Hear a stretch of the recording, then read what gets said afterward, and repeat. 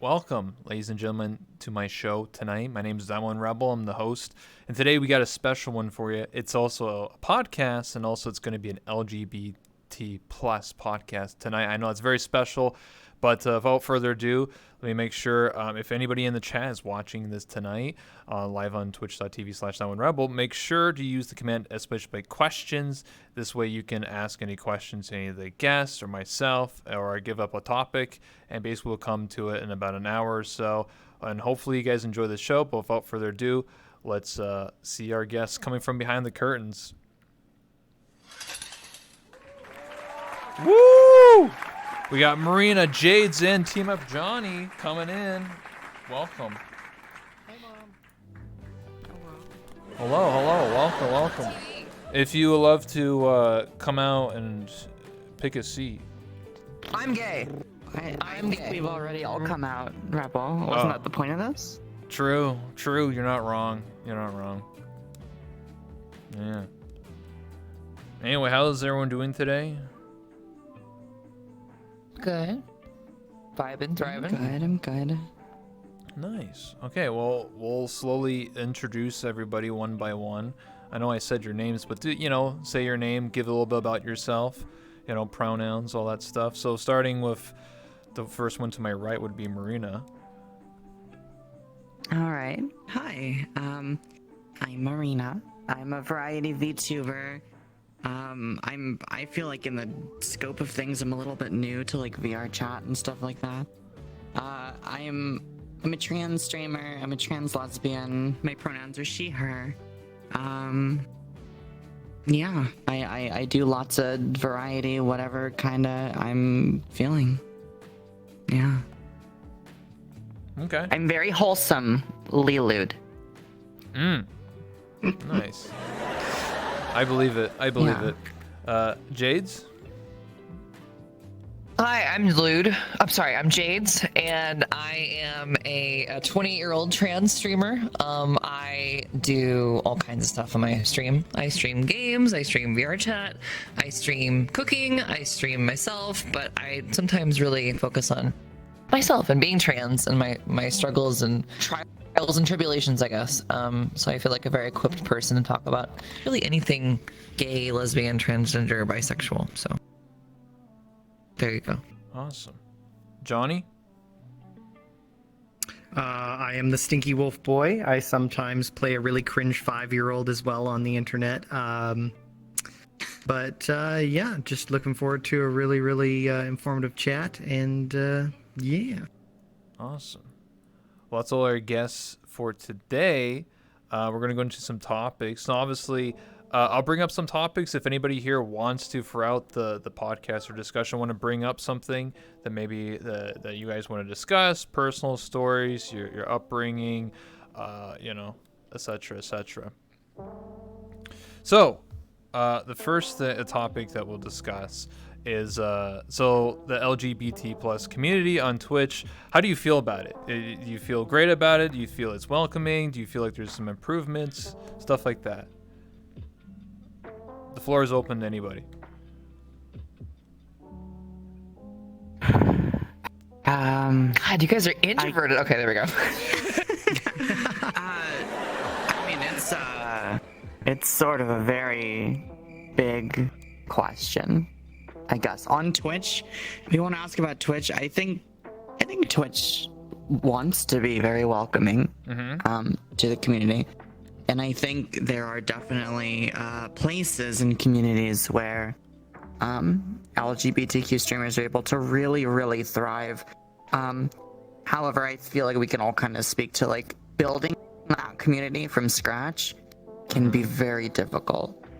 I think with the addition of things like tags has definitely helped. But before that, like the Wild West of trying to be a gay VTuber on Twitch, or gay streamer in general on Twitch.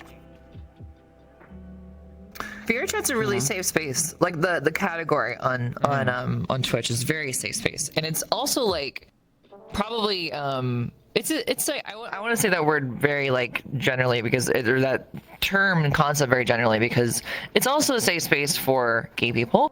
and anybody with any kind of gender stuff. I think that like VR chat is very, so I have a bit of a biased opinion, or like kind of a warped opinion on Twitch. I stream most of VR chat, and so obviously I'm like, oh yeah, of course Twitch has a very good policy towards, you know, trans people and gay people. But at the same time, I've seen the opposite on Twitch too, where it's been extremely closed-minded, extremely like undereducated about gender and you know, gay people at all, and just general like really old school, outdated viewpoints from chat members, and just kind of like an ignorance that I see in other spaces on Twitch. So it's kind of like, it is very much like we're juxtaposed with that on the website, and I think that the company itself wants to make LGBTQ stuff very reasonably accessible, but that can sometimes be a double-edged sword, because whenever there's accessibility, people who want it for the negative reasons can really aim to hurt, and I feel like that's the internet in general, but with VR chat category, it seems like that's kind of seeped into some of the stuff I've done, and it's always bothered me a little bit. So I don't know. That is a big question. You're exactly right, Marina. Yeah, and I think I'll just like echo kind of what Jades has said. Like VR chat is very much, I've seen in the 3 years that I've been involved in that category, it's very much a safe space. And it kind of depends, like I think what you were kind of getting at was it kind of depends on what corner of the internet you're in. Because I noticed this as well doing LGBT content on whether it's Fansly or advertising stuff like that on Instagram or Twitter. It really depends on what sort of audience. Each platform has their own very unique audience, I think, and depending on where you're broadcasting that, you're getting some communities and some platforms have a little bit longer way to go. I think Facebook is a really big one, and Instagram as well in that has a long way to go. But other platforms like Twitch I've seen, have been very positive and inclusive so far. Yeah, I think you guys are touching on a lot of good comments, good discussion here. Let's dive a little bit. Obviously, you guys brought up like VR chat, for example, so we'll dive a little more into the VR chat side. So I guess the first question would be, when you first played VR chat as someone who's part of the LGBT plus community, did you feel very welcoming? Did you feel like, whoa, this is crazy? Like, I didn't expect this to happen, because, to give a little backstory, when I played Call of Duty, when I played Halo, it was a lot different. Like, people were just hating on you, shitting on you for anything. So if someone found out that you were, coming out as gay or trans, then like they would just absolutely like rinse you on Xbox Live. But obviously in VR chat, it's a completely different story. It's very more welcoming. So the question again is, when you played VR chat, did you feel it was very welcoming? Were you surprised by that, given any of your gaming backgrounds or what you did when you were a kid?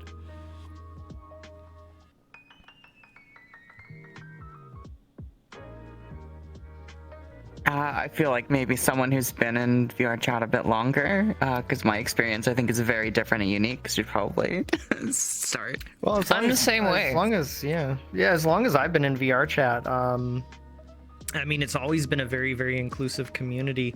I can't really think of any specific isolated case where I'm certain there's homophobia in the community. There's no doubt in my mind. I mean, like, go to a public world. But overall, once you get into any of the main communities, I've never really seen, any sort of controversy, I guess would be the word. I don't know what the word I'd be looking for is, but yeah, it's a very, very inclusive community. Yeah, I think for me, it's like when I jumped into VR chat, I didn't do the climb that I assumed maybe you two might have done, which was like hop into VR chat for the first time and maybe explore public worlds and things like that. Like, I never really did that. I just hopped into VR chat because friends told me to get on, and then I just immediately was in communities. So I never got, and to be honest with you, I am terrified of going into public worlds. Like, because I just feel like it wouldn't be fun. I don't know. But I don't have that I started playing experience. this game last year for the very first time. I had never played VRChat before 2020 extensively. I think I hopped on for the Knuckles craze back in 2017 or 2018, whatever.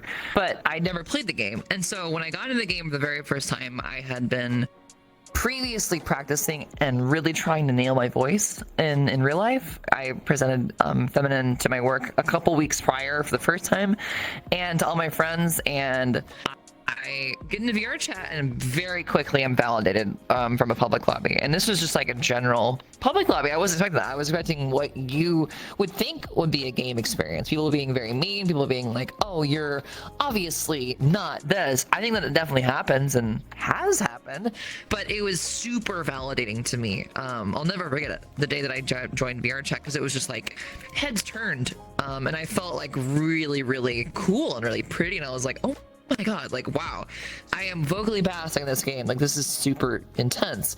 And what came along with that was this complete like attitude shift towards what I was experiencing in the game. I was like, I'm addicted to this. I love this. I love this concept. I love what I get to do here.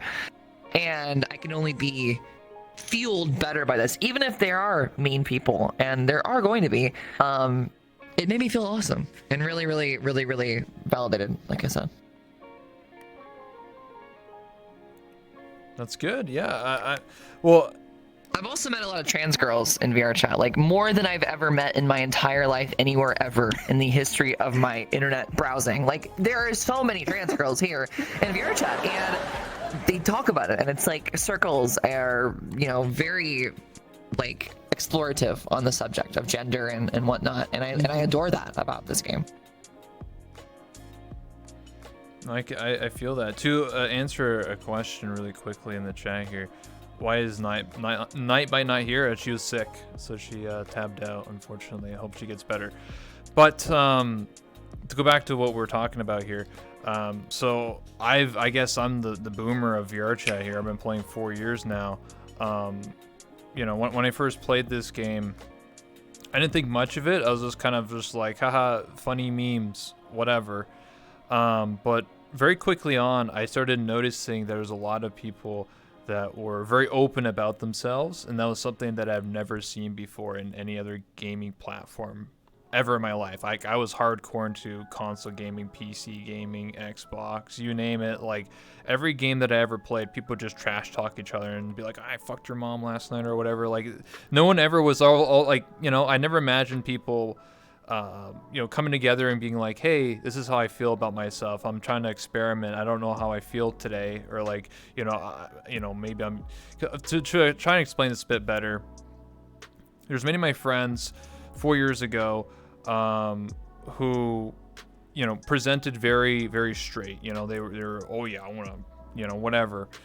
But some of them started playing VR chat, and then they started being like, I'll use a female avatar, and then 6 months later they come out as being trans. Or for example, some of them started using a very feminine boy avatar or an androgynous avatar, and they started feeling like, this is me, and I feel like that's very empowering for people.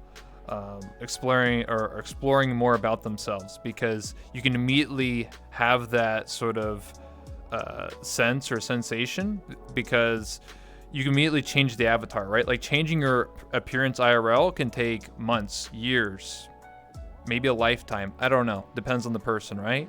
Depends on, growing your hair out or shaving it or medication, stuff like that. But in VR chat, it's that instant, gratification, instant, like, this is me. And I've never seen that before in any other gaming sense or any other like gaming community, and I always thought that was very interesting. And the amount of like friends that I have that have come out as being as trans women or men or gay or feminine or bi or you name it is astounding. And I feel that VR chat is sort of like a great learning tool to be able to express yourself in an atmosphere that is, well, VR essentially, right? And now we have VTubing. But for the topic for everybody here to discuss is when you use an avatar, for example, like if you were to use a female avatar and you look yourself in the mirror, like, do you feel like this is me? This is, wow. Like, how did you feel, Was that something that was instant? And for Johnny, I guess, being a wolf boy, it's a bit different, but you know what I mean? Like, you know what I mean? Like, did you instantly be like, wow, this makes sense. I love this. I mean, it's almost like having a stage name, like, and a persona. That's kind of how I view VTubing. Like, there are aspects of myself in this character, but as for my, like, true self, I somewhat project that into my content, but, it's kind of a half and half sort of situation. But definitely, as far as like my look, I wouldn't be in this avatar unless it on some level identified with how I feel and who I am and what I want to represent to the world. But I think that's very, very true. There's probably whole swaths of psychology that that could be studied and written in VR, and we're just starting to scratch the surface, and I feel like we've been saying that for 3 years, but the fact is that nobody's really come in and studied this space and its effects and what people have discovered in VR. We know, I mean, those of us who've been here for as long as we can remember, we know. It's just I don't think even academics have really quantified that yet. But there's definitely a lot to be said about that sort of space of identifying with the look of an avatar and discovering things about yourself.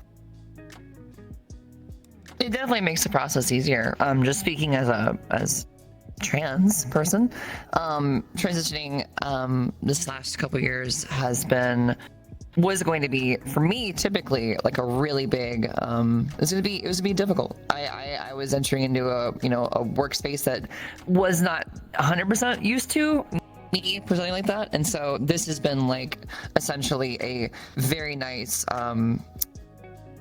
visual break, I guess, from the presentation in real life. But it definitely had, obviously, who doesn't want to look like an anime girl? I mean, that's kind of an obvious one. But True. In addition to that, there is absolutely, like Johnny said, there's absolutely like a 50-50 kind of thing. I don't want to be 100% myself in VR chat. I think that's not to say that I'm lying or anything like that. I just want to be better. I want to be like kind of a augmented or more activated version of myself in VR chat. Avatars allow me to do that. I can be bigger than life. I can be bigger than myself.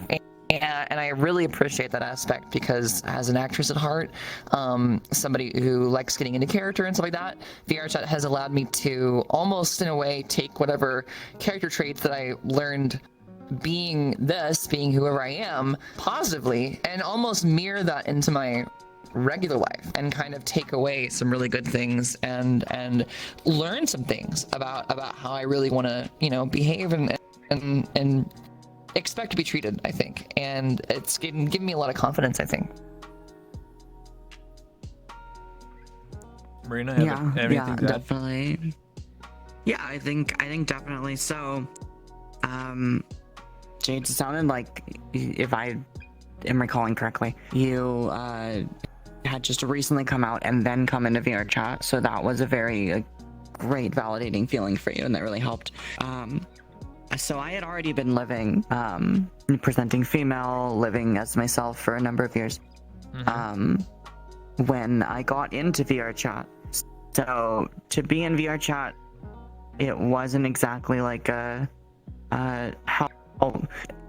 it wasn't sort of helping me to find out that I was trans or anything like that, or like that immediate validation, but it definitely helped to I guess the point is, like, even if you are trans already and have an established life, it helped me to still discover things about myself that I didn't quite know I liked about my personality, or I really wanted to hone in on, or things like that. I mean, the same can be said of VTubing. I think it's really, the act of embodying an avatar, and finding an avatar that really fits you, which I don't think is unique to VR chat, although VR chat allows for such ease with it in this cohesive world where it really feels real. That's why it's virtual reality, right? Because we have spatial audio, spatial visuals, and everything is just sort of the whole idea is like getting your brain to say this is a version of reality, right?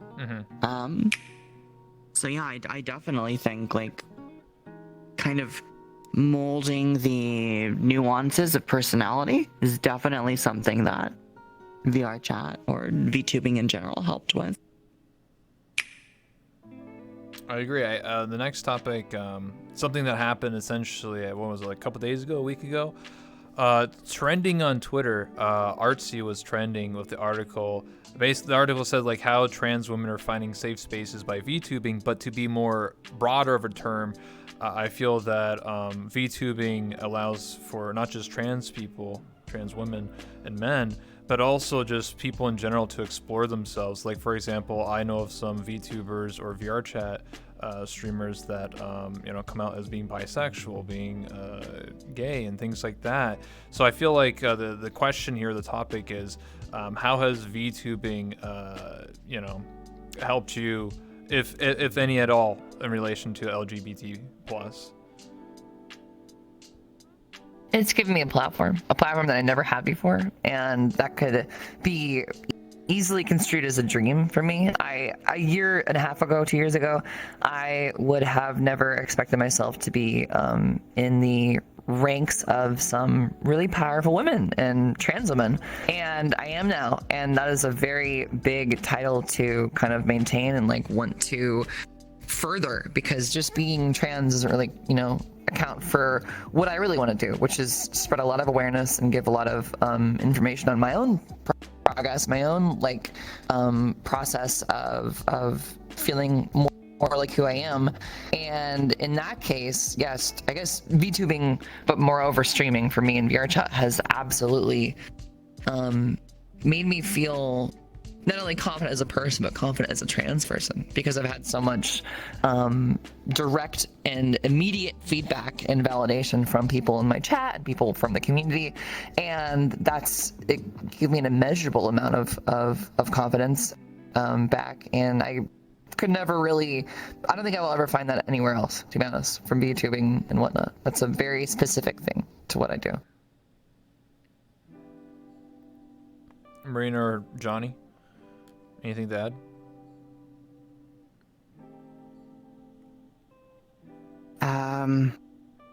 I feel like you really hit that idea of like what VTubing really does as far as giving someone a platform. That it's not only the platform, but it's like the platform coupled with the confidence that I think can come really quickly after you realize the way that as I don't want to speak for you, but I feel like as a trans woman, I have a lot, like, there's always insecurities going through, no matter how confident I might be that day, no matter how I never have to deal with any kind of issues or anyone actually confronting me or call outs or whatever it might be. There's still in the back of my head always a little bit of dysphoria, like lead anxiety. Same. And I feel like Absolutely. being on a platform with VTubing allows for just people to just treat you like a person. Like, at the end of the day, I'm happy to have the trans tag. I'm happy to talk about trans issues, trans topics, anything like that on my stream, and I do it all the time. But at the end of the day, it's like I would just want to be treated like a woman. Yeah, it's not your personality. Right. It's just your, like you said, it's your person. Exactly. And I love that about VTubing and stuff. You Because it cut all the allows for that. visual prejudgment and just get to who the person is. Yeah. Johnny? I don't think I have anything more to add. Just that, yeah, the community is incredibly inclusive. Probably one of the most inclusive I've at least come across. So yeah, I totally agree. Yeah, when I saw the tweet about Artsy and also to mention a couple other streamers in the community, I was really happy. I was just like, damn, like this is a moment for for everybody here. Like this is a huge, moment, because a lot of people are going to see that, right? If there's someone who's not part of the community, checks their Twitter, they're going to see them like, oh, what's going on here? And then there's more discoverability, there's more acceptance for everybody. And that was the huge moment. That's why I wanted to bring it up, because I thought that was like, I was like, damn, like, It was huge. It was huge to see a mainstream publication covering an article about the trans community in VTubing/VR chat. Like, that was so cool. That was so impactful and I know me and so many other people in the trans VTubing community is just like, it's a bit emotional to be like, wow, like we're here now. Like that's so cool. Yeah.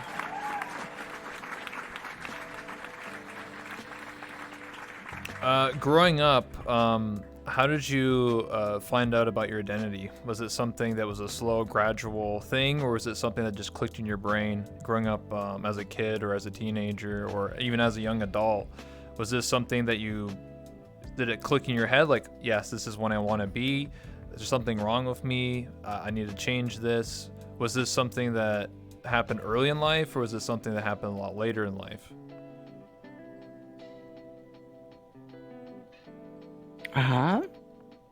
Johnny, you want to sort of speak to discovering your identity and sexuality? And yeah, I mean, basically, just as far as I haven't talked too publicly about this, but really, I don't really talk too publicly on this topic anyways, but I just kind of always knew that I was bi. It wasn't that I just like woke up one day. It was, just kind of growing up as a teenager. I don't really know how else to describe it. Is just you just kind of know, and that's really the only thing I can really think of to comment on it. I mean, when I was a kid, because I'm old as hell, but kidding. But there really wasn't any sort of. You look at high schools today, for example, and you look at gay straight alliances and clubs and everything. We didn't really have that growing up. So like there wasn't really a word I knew to put to my feelings. It just was how I felt. And as I grew into an adult, I kind of understood more as I got access to more resources what exactly that meant. Yeah, and like I grew up in the 90s. I was an 80s baby. I kind of echoing that same idea of like growing up, the resources aren't there, the education wasn't there. Like no one even told me what a trans person was until, I don't know, my 20s. Like, and when I say that, I don't mean like, oh, I never experienced like, haha, trans person is a funny joke in a movie or sitcom or something. I mean, that's all they were, right? No one actually told me what a trans person really was until my 20s. And I don't think everyone kind of like quote unquote just knows. I think a lot of people do. And I think I think that's great. But I think, at least in my own situation, like I can say I didn't know, and that was only because of a complete lack of education, a complete lack of like being a part of or having a close like LGBTQ community or anything like that. The accessibility of all that. The only feelings that I struggled with were being always at least somewhat dissatisfied with myself, and never really being able to pin down why it was.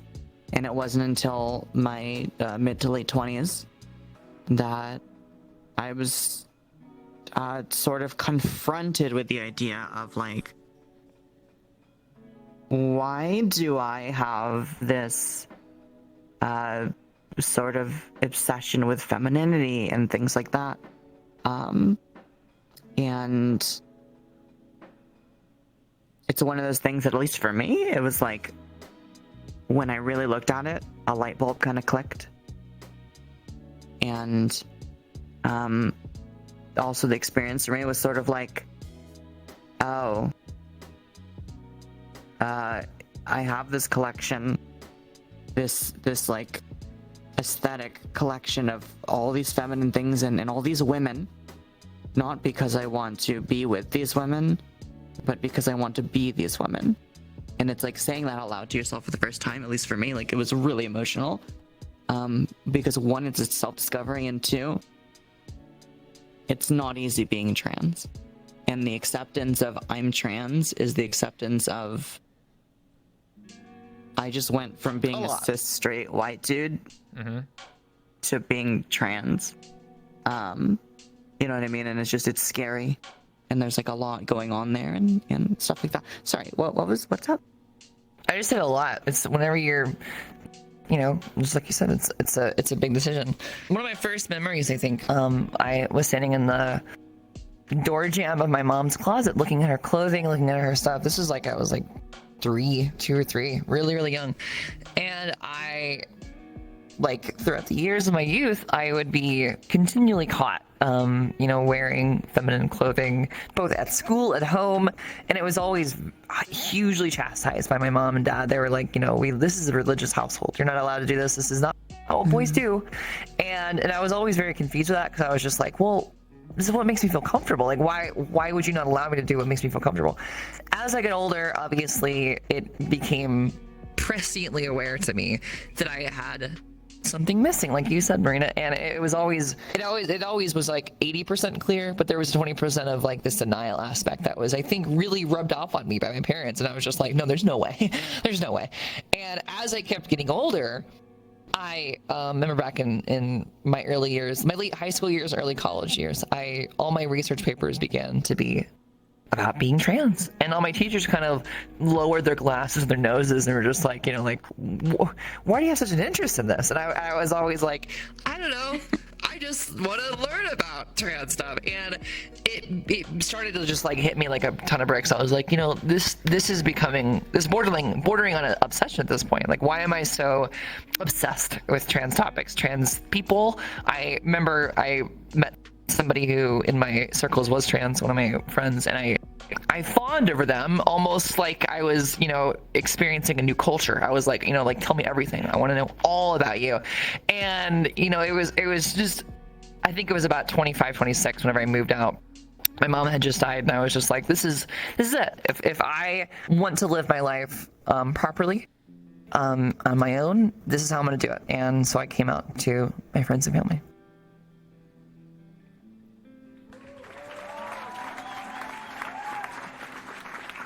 So, yeah. Did you feel like a huge weight was off your shoulders, that you finally could breathe? I just felt like I was now aligning with the pathway I've always been on, and before I was artificially trying to leave that path.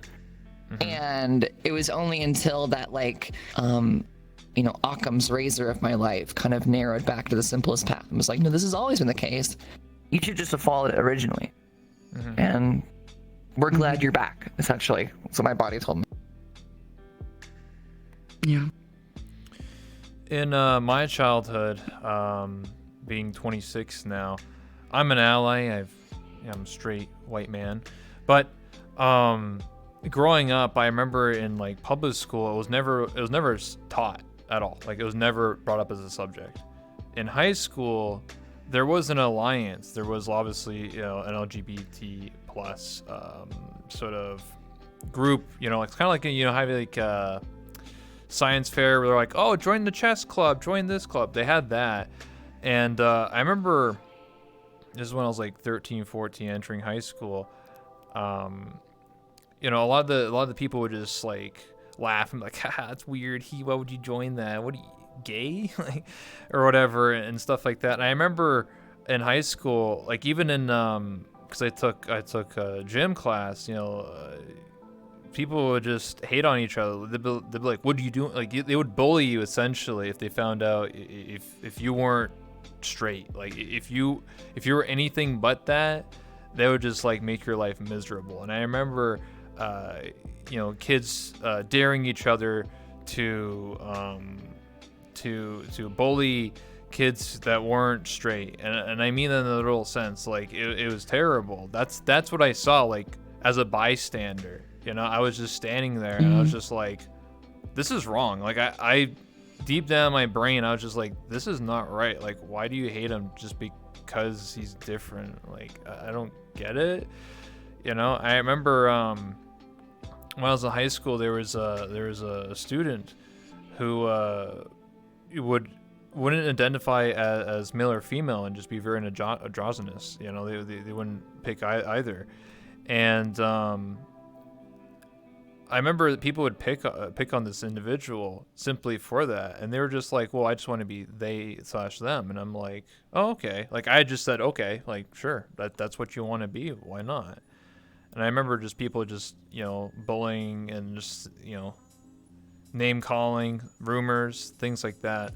And I just never understood it. I was just like, but why? You know, it's just like, let people be what they want to be, you know, at the end of the day, you know. We all go home, we all go to bed, you know, we all have dreams and aspirations. Why spread hate? Like, I just never understood it, you know.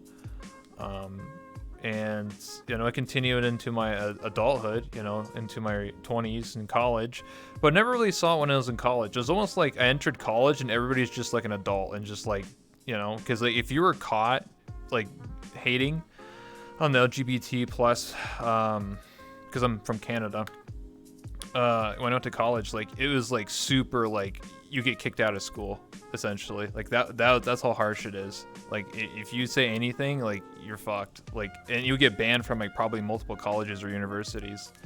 So I wonder, like, if something like happened in between me going to high school and college, or is it because it's high school and, you know, people don't snitch, I guess. Like, I don't know. Definitely it was an interesting time growing up. I think you answered it. It's high school. It's high school. It's high school. It's a horrible place. But yeah, no, that really sums it up. I mean, when you go to college or university, you're dealing with a different, you know, a different crowd altogether of hopefully intellectuals. Yeah. But yeah, so it's definitely a different crowd altogether. I don't know. And it's like, you are not the only person sitting there thinking this is wrong, but the undeveloped adolescent brain under immense social pressure often doesn't know how to deal with that, or feels like they can't deal with that, because no matter how wrong this is, I don't want that to happen to me, is usually what people say, you know, at that age, which I don't blame them. They're children, right? Like, I think it definitely goes to leading by example with the adults in a culture, and as generations go and progress, you know, I can say something I'm happy about is, so I'm a teacher. I'm a middle school teacher, and in the beginning when I meet students and we, you know, instead of just like go by and tell us your name, it's tell us your name and tell us your pronouns, and just like the look on some of these kids' faces of like relief or disbelief in a positive way, of like, my teacher actually wants to know my pronouns. Like, and I can't tell you how many students I had who like came up to me actually and said like, thank you for asking my pronouns, because no teachers ever asked me that before, or things like that.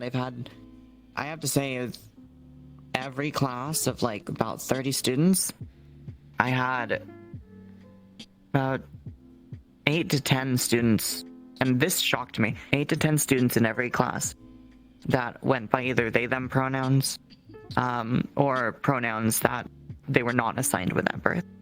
That fact to me, that like 8 to 10 students from every single class felt like they were in a group or a space or a social community where they could say that, blew my mind, because I could never imagine that happening when I was in middle school or high school. Same. It never happened to me in high school or in middle school or in elementary school. Pronouns weren't even, I think, a thought or a concept anybody really wanted to put any, you know, effort into bringing to the school, and it was very political. And I grew up in, again, a religious school system too, when I was in elementary school at least, and so that was obviously off limits and would never have been even entertained in the slightest. So it's really cool to hear that that's obviously a huge change. I don't have any ability to remember anything like that. That's really cool. And granted, it's California. You know, I'm sure if it's you grab a random middle school in Alabama, it's gonna be a little different. But yeah. Yeah, when I was in college, I took English because I had to, and I was learning proper grammar and touching up, you know, more English. Anyway, I remember my English professor brought up like the subject that at the time was like 2015. Basically, they were going to pass a law where you know how on a signature it says like Mr. or Mrs. or like Ms. They're going to pass a law that's going to be MX, so you didn't have to be. It's not like male or female presenting. It can be neither or whatever. And I was just like, I thought that was really interesting. I was like, oh my god, like, you know, only 3 years prior to this, you know, with all the silliness in high school, and then, you know, I felt like I was living in like a progressive world. I was like, wow, this is an interesting change to see in real time. And I have one other thing to say about college. So when I went to high school, I had a friend, and for a long time I didn't think anything at the time about him in terms of like their gender or sexuality or anything like that. I thought he was just an ordinary guy.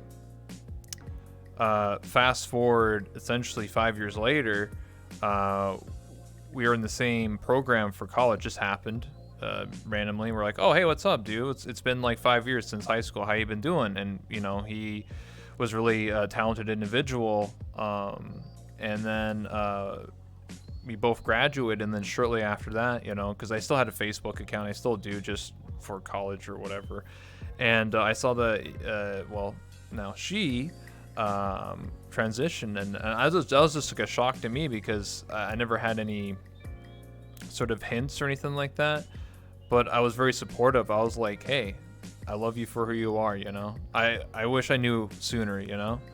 And I feel like that's not just with like, that's a personal friend, but I feel like as an ally, I'm trying to figure out like what more can I do, because I feel like there's a lot of people that I probably know IRL or in VR chat or online that might be, you know, struggling, but I'm trying to figure out a way to support them, but I just don't know that they are screaming, you know, I want to be this, I want to do this, you know. I felt like it was a huge shock to me, because I was just like, oh wow, like I didn't even consider that as an option. Like I didn't even know.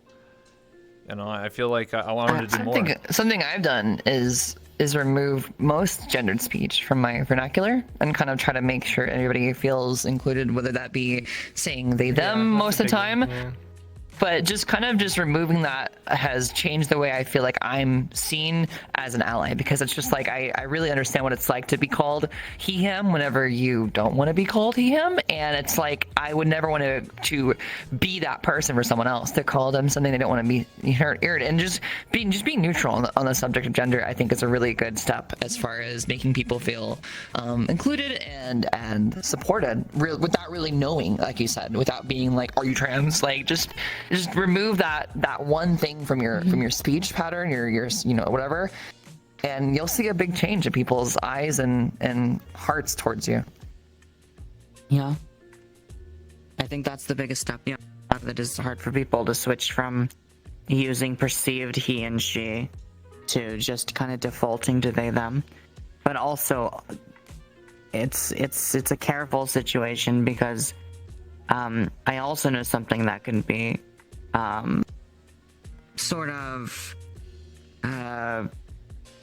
uncomfortable for some people, which is using they them pronouns. If you don't know someone's pronouns, I think is perfectly acceptable, and I think it should be the default.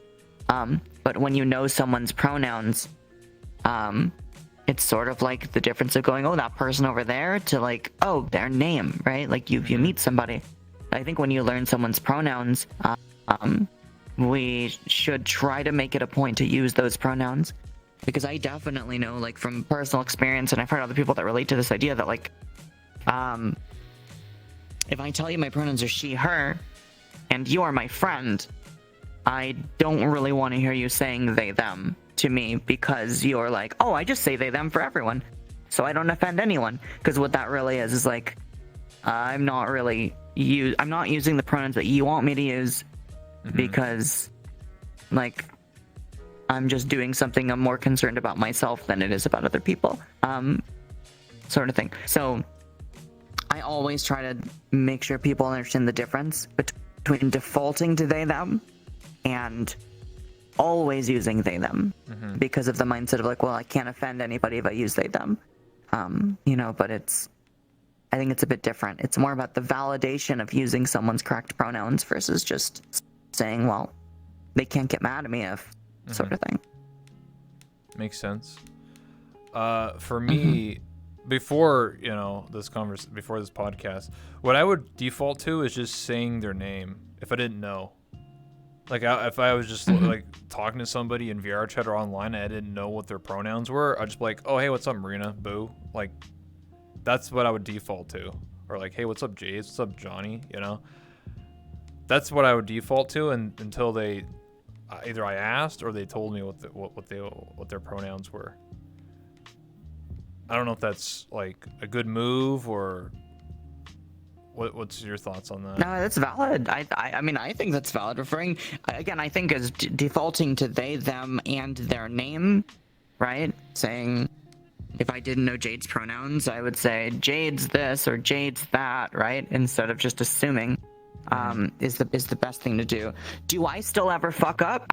Absolutely. Like, oh, yeah. I still fuck up sometimes, and will like internalize someone's gender, right? And say a she or a he or something without knowing someone's pronouns. Like, yeah, and everyone fucks up, and it's okay to fuck up, right? It's the intention, not like what's said, if that makes sense, right? And like, if I'm friends with someone and they use they, them as the pronouns to describe me, I'm not going to instantly be like, fuck that person, right? Like, it's okay, it happens. But if I notice that someone is only using they, them pronouns for everyone, including me, when I've been friends with them for like several months, and I'm like, my pronouns are she, her, that's a big difference. So I hope that helps to kind of like clarify that. But again, defaulting, I think, to they, them, and names, like you said, I think that's fine. I think that's exactly kind of like what you're saying. It's the idea of like breaking the binary gendered speech. That's really what it is. I think it's incredibly important to break away from binary gendered speech that falls under the idea of assuming people's pronouns. That's really the issue. Any speech that is binary gendered, I don't know what the word of assumption, if that makes sense. You know what I mean? Yeah, I think that's really the step that needs to be taken, and probably will be taken culturally as we move forward. Getting rid of sir and madam, and just finding genderless ways to refer to people with respect, I feel that. Ever since I've started playing VR chat, and more recently as a VTuber, I've noticed, and I'm sure maybe everyone here has also noticed, but like whenever I collab with someone, like for the first time, like the first thing everyone asks is like, hey, what's your name and what's your pronouns? And that's never really been a thing for me.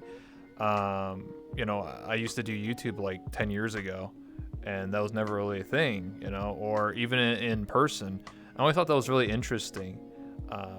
Because I feel like it's a really good way to meet people for the first time. Also, it's happened in my own chat, several times. So I always thought that was an interesting progressive change to the future. Any thoughts about that? Like, compared to VTubing with people asking pronouns, to compared to like many years ago, earlier, if you were like a YouTuber or just an online personality person. Definitely. I think that a couple questions ago, talking about high school, it just really cemented in my mind how far we've come. I think as a society when it comes to this kind of things, we have a long way to go. Obviously, huge things to do, but I think in general, like that has been a definite change that I've seen, just in my general life for sure. I feel that. My next question is, as someone who is an ally like myself, what is something that I can do to support the LGBT plus community more? What is something I can do as an ally more that you would like more allies to do? Is there anything specific?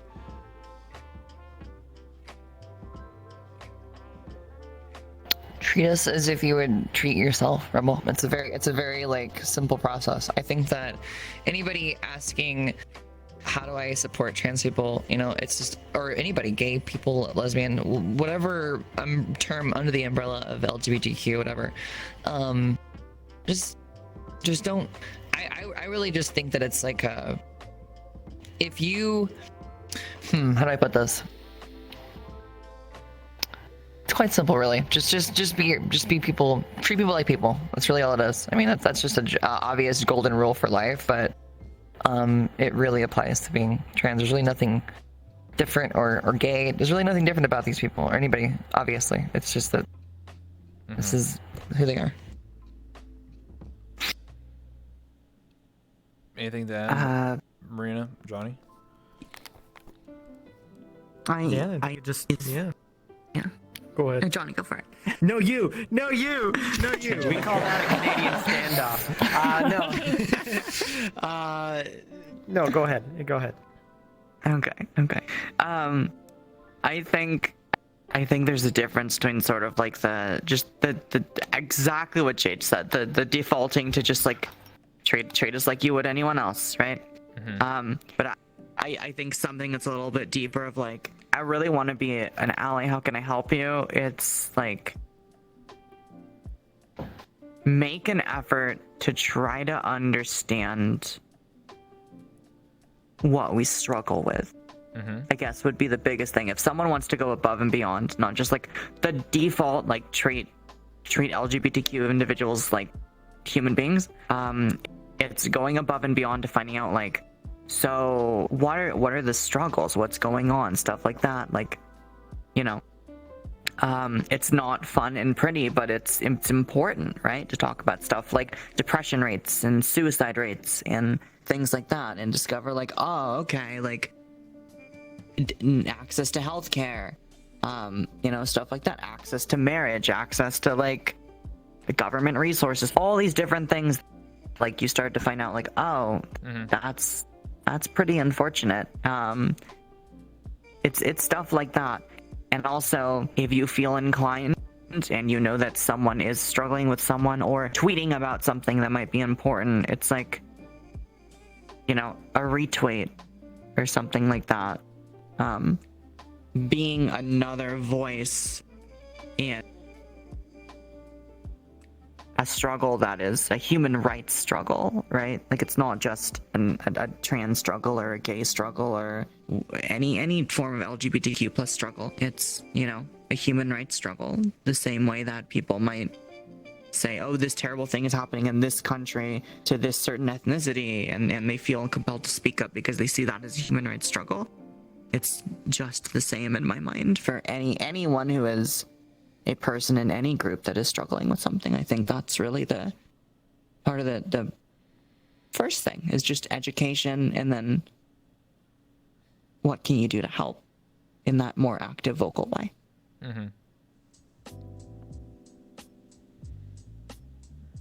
Johnny, anything to add? I think that pretty much covers it. You know, right. I just see people as people. Treat them how you want to be treated, and realize as well that, you know, everybody has stuff going on in their life. And as an ally, if you want to kind of understand even more, take what you have going on in your life and then imagine adding on an additional layer of problems, and then that you kind of start seeing that perspective. I don't know if that makes sense. Great way of putting it. Yeah, I understand. I will admit something here. So in my free time, off stream, and sometimes during an interview that I've done with various individuals in the last 2 years, there's many times where I would talk to people off stream, sometimes for hours at an end, sometimes even 6 hours in one sitting. And many of these individuals, struggle day to day with a lot of different issues. And obviously, to be more specific for the LGBT plus podcast here, I would talk to people who are gay or bi or trans or non-binary, because I wanted to understand their struggles, because that's something I may necessarily never understand personally, like in myself, but I wanted to understand about them, and I wanted to support them. And I remember many times people are very thankful. I'm not going to name names because it's private, but many people would say, like, Rebel, like, I really appreciated you talking and asking me these questions, and doing it off stream, because I felt that, you wanted to understand me more, and very few people want to do that. And I'm just like, I just want to know, like, what's going on. I'm here to support you, and it makes me a little teary, but like, some of these people would cry, and I would try my best to, comfort them and hug them and be like, listen, I'm here for you. It's a wonderful place, VR chat is, and being able to have these type of conversations in a private setting is incredible. And I wish I could, I could just give them a real hug, IRL, just, do more. So, yeah, it was something. I think you're doing a great job. Well, you might not know I think this. the fact that you're... Oh, sorry. No, go ahead. I don't want to interrupt you. Go ahead. Oh, I didn't say I think you're doing a great job, and I think even the fact that you put this podcast together, and you're interested in helping and saying, what can I do for this community that I have so many friends that are a part of, and you may not be, a member yourself, but you have always been so supportive since I've met you at wanting to do what you can, and recognizing, kind of like I said, recognizing that there are other people that are struggling with things that you don't struggle with, right? And how can you do to bring awareness to that, or to help? And I think just talking about it, giving an additional platform like this is exactly what we need. Thank you. I appreciate that. I agree.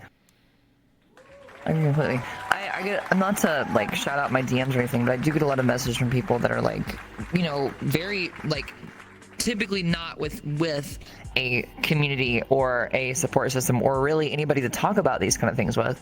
And the DMs I get from people who watch my stream sometimes are always just like, thank you so, like, showering me with like thanks for talking about trans stuff and telling my story, because they're like, you've helped my friend, you've helped me, like all this stuff. And that always makes me feel super, super good. So I think that once you start dipping your toes into something like this, Rebel, whether that be anything, LGBTQ oriented and stuff, you're going to start receiving a lot of praise for doing so, because I think there's definitely a need for it on the internet and as Twitch as a whole.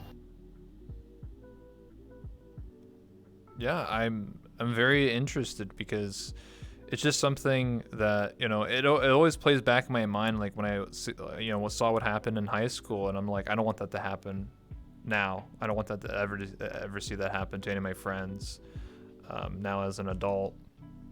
So that's why when I played VR chat, I quickly realized that there's so many different people in this community, and again, all the interviews I've done in the last 2 years, there's so many people I've met that openly talk about themselves, even during an interview, or some of them would be like, hey, I don't really want to talk about that, but hey, in a private setting, let's talk about it, right? Let's discuss what's going on, how I'm feeling about myself, or like, I'm feeling that I might, I really like, I want to be a guy, and I'm a girl in real life, but I've had situations like that, or the opposite, or they're feeling like, I feel comfortable with this avatar, I feel comfortable being a robot, I'm feeling, I want to experiment with myself and things like that, and I'm always very supportive of some of my friends and stuff like that. we'll go in this in more depth in a minute here. I have to quickly do an ad break here because unfortunately it's been 1 hour, so we're gonna take a 90-second ad break starting now.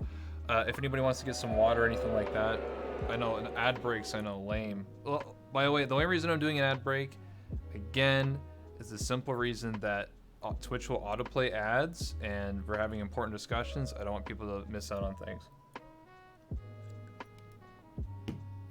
Anyway, in the meantime, if anyone wants to get any water, go to the bathroom, please do so. Yeah. This is the time to do that. Little streamer's room break sounds good. Yeah, thank you. Well, anyway, no, I think we're going pretty good. We're already 1 hour in. Let me take a quick peeks here at all the questions. Yeah, we got. are we good? Should I step off to the side or? To do what? I'm use the restrooms. I'm gonna Oh, AFK. yeah. You can, yeah. You can do that. Yeah, you can step off screen. You can't go, Marina. You cannot go to the bathroom.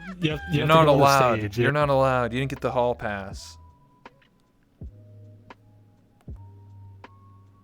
Anyway, some people. Anyway, also chat if you want to ask something now very quickly in the chat. It's up to you. I'm here. This setup looks incredible. Thank you.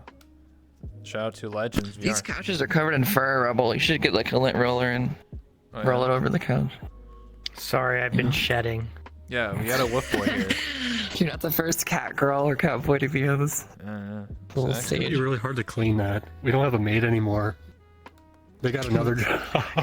Yeah, true. I had a maid at one point. Good times.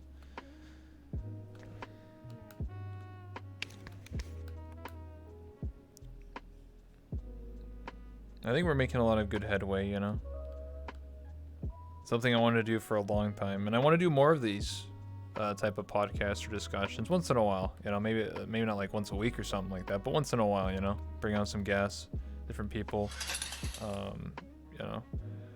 You did say something interesting, Johnny, about like, I think it was you, where you said something like, you know, this type of sphere of VR chat doesn't really have a lot of like data, like academics and stuff like that. And VR in general. yeah. And there's only like one person I can remotely even think of.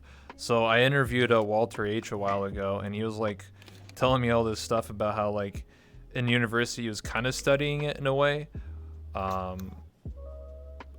you know, about VR and about like finding people and about themselves and stuff like that. I always thought it was interesting. We can go into that once this, I think that breaks. Yeah, it's done. When Marina comes back, because it's a pretty good topic to discuss about. You good, Marina? Yeah, can you hear me? Yep. Marina Am I good? is Am I good? always good. Oh yeah. Yeah. Am I a good girl? Stop. People are looking at us, Marina. They're watching. We're not here. Oh, whoa. Oh whoa. Oh, so not here. So yeah, we'll wait. The ad break over. Okay. Yeah, it's hi, over. we're professional. Yeah, it's over. Anyway, welcome back. If you had an ad, if not, anyway, what we're going to discuss was something I talked about during the ad break, and that was simply, I did an interview with Walter H a while ago, and he talked about doing sort of like an experiment in a VR setting, and I don't know if anyone here has heard about it, but from what I remember from that interview, basically Walter was conducting sort of like an experiment, maybe like some sort of thesis, I don't know. He got pulled, like he was told he can't continue it anymore, but basically the idea was he would have 2 VR headsets, probably at his university or some setting, and one individual would be in one room by themselves with the headset on, and these people would never play VR ever, even VR chat, remote, like anything. And the experiment was simply this: there's another person in a separate room that would come in, and for example, would be a guy using a female avatar, and then not talk, just be a mute, and sort of just, you know, be like, hey, you know, like, you know, do the face touching, whatever. And then the person that was new to VR would have this sort of machine hooked up to their, well, essentially their brain, you know, and they would record sort of like the the effects of that. Like, well, how do they feel? Are they aroused? Are they happy? Are they sad? I guess I'm not a scientist, but apparently you can, record that sort of data. And basically, the test was basically in a very interesting manner. How would people react to hearing someone's voice, essentially? So the person would unmute and be like, "Hey, what's up?" As like a very masculine voice, and then see what happens to that person's sort of brain waves. Like, would they immediately be like, "Whoa, what is this?" And essentially, some people were like sort of turned off by that. Some people were kind of like, "Eh," and some people were like, "Whoa," actually.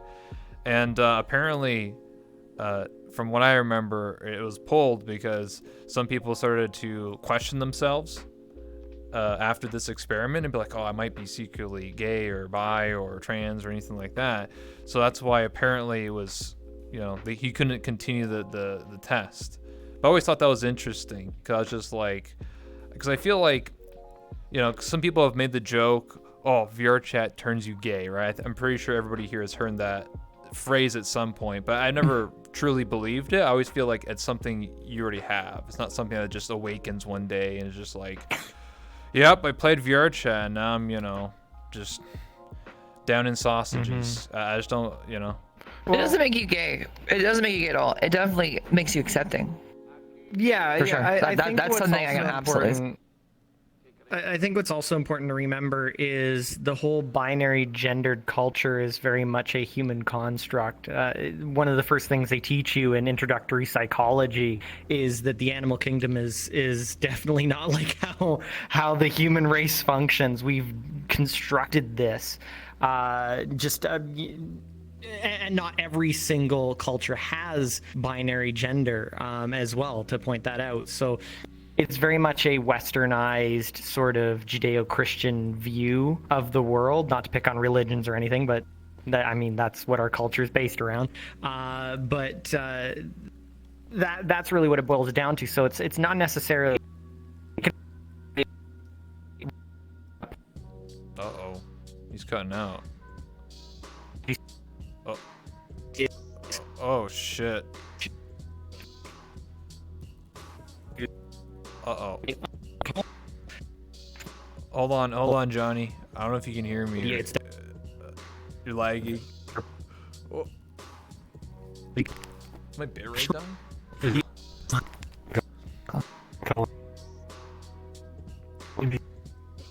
Oh, God. Apologies. He's crashing? I think everyone's crashed. Hold on. I was like, are we all having? Yeah. Oh, God. What just happened? Ah! I'm glitching out too. Hold on. We'll get everything going again. I apologize. VR chat having issues.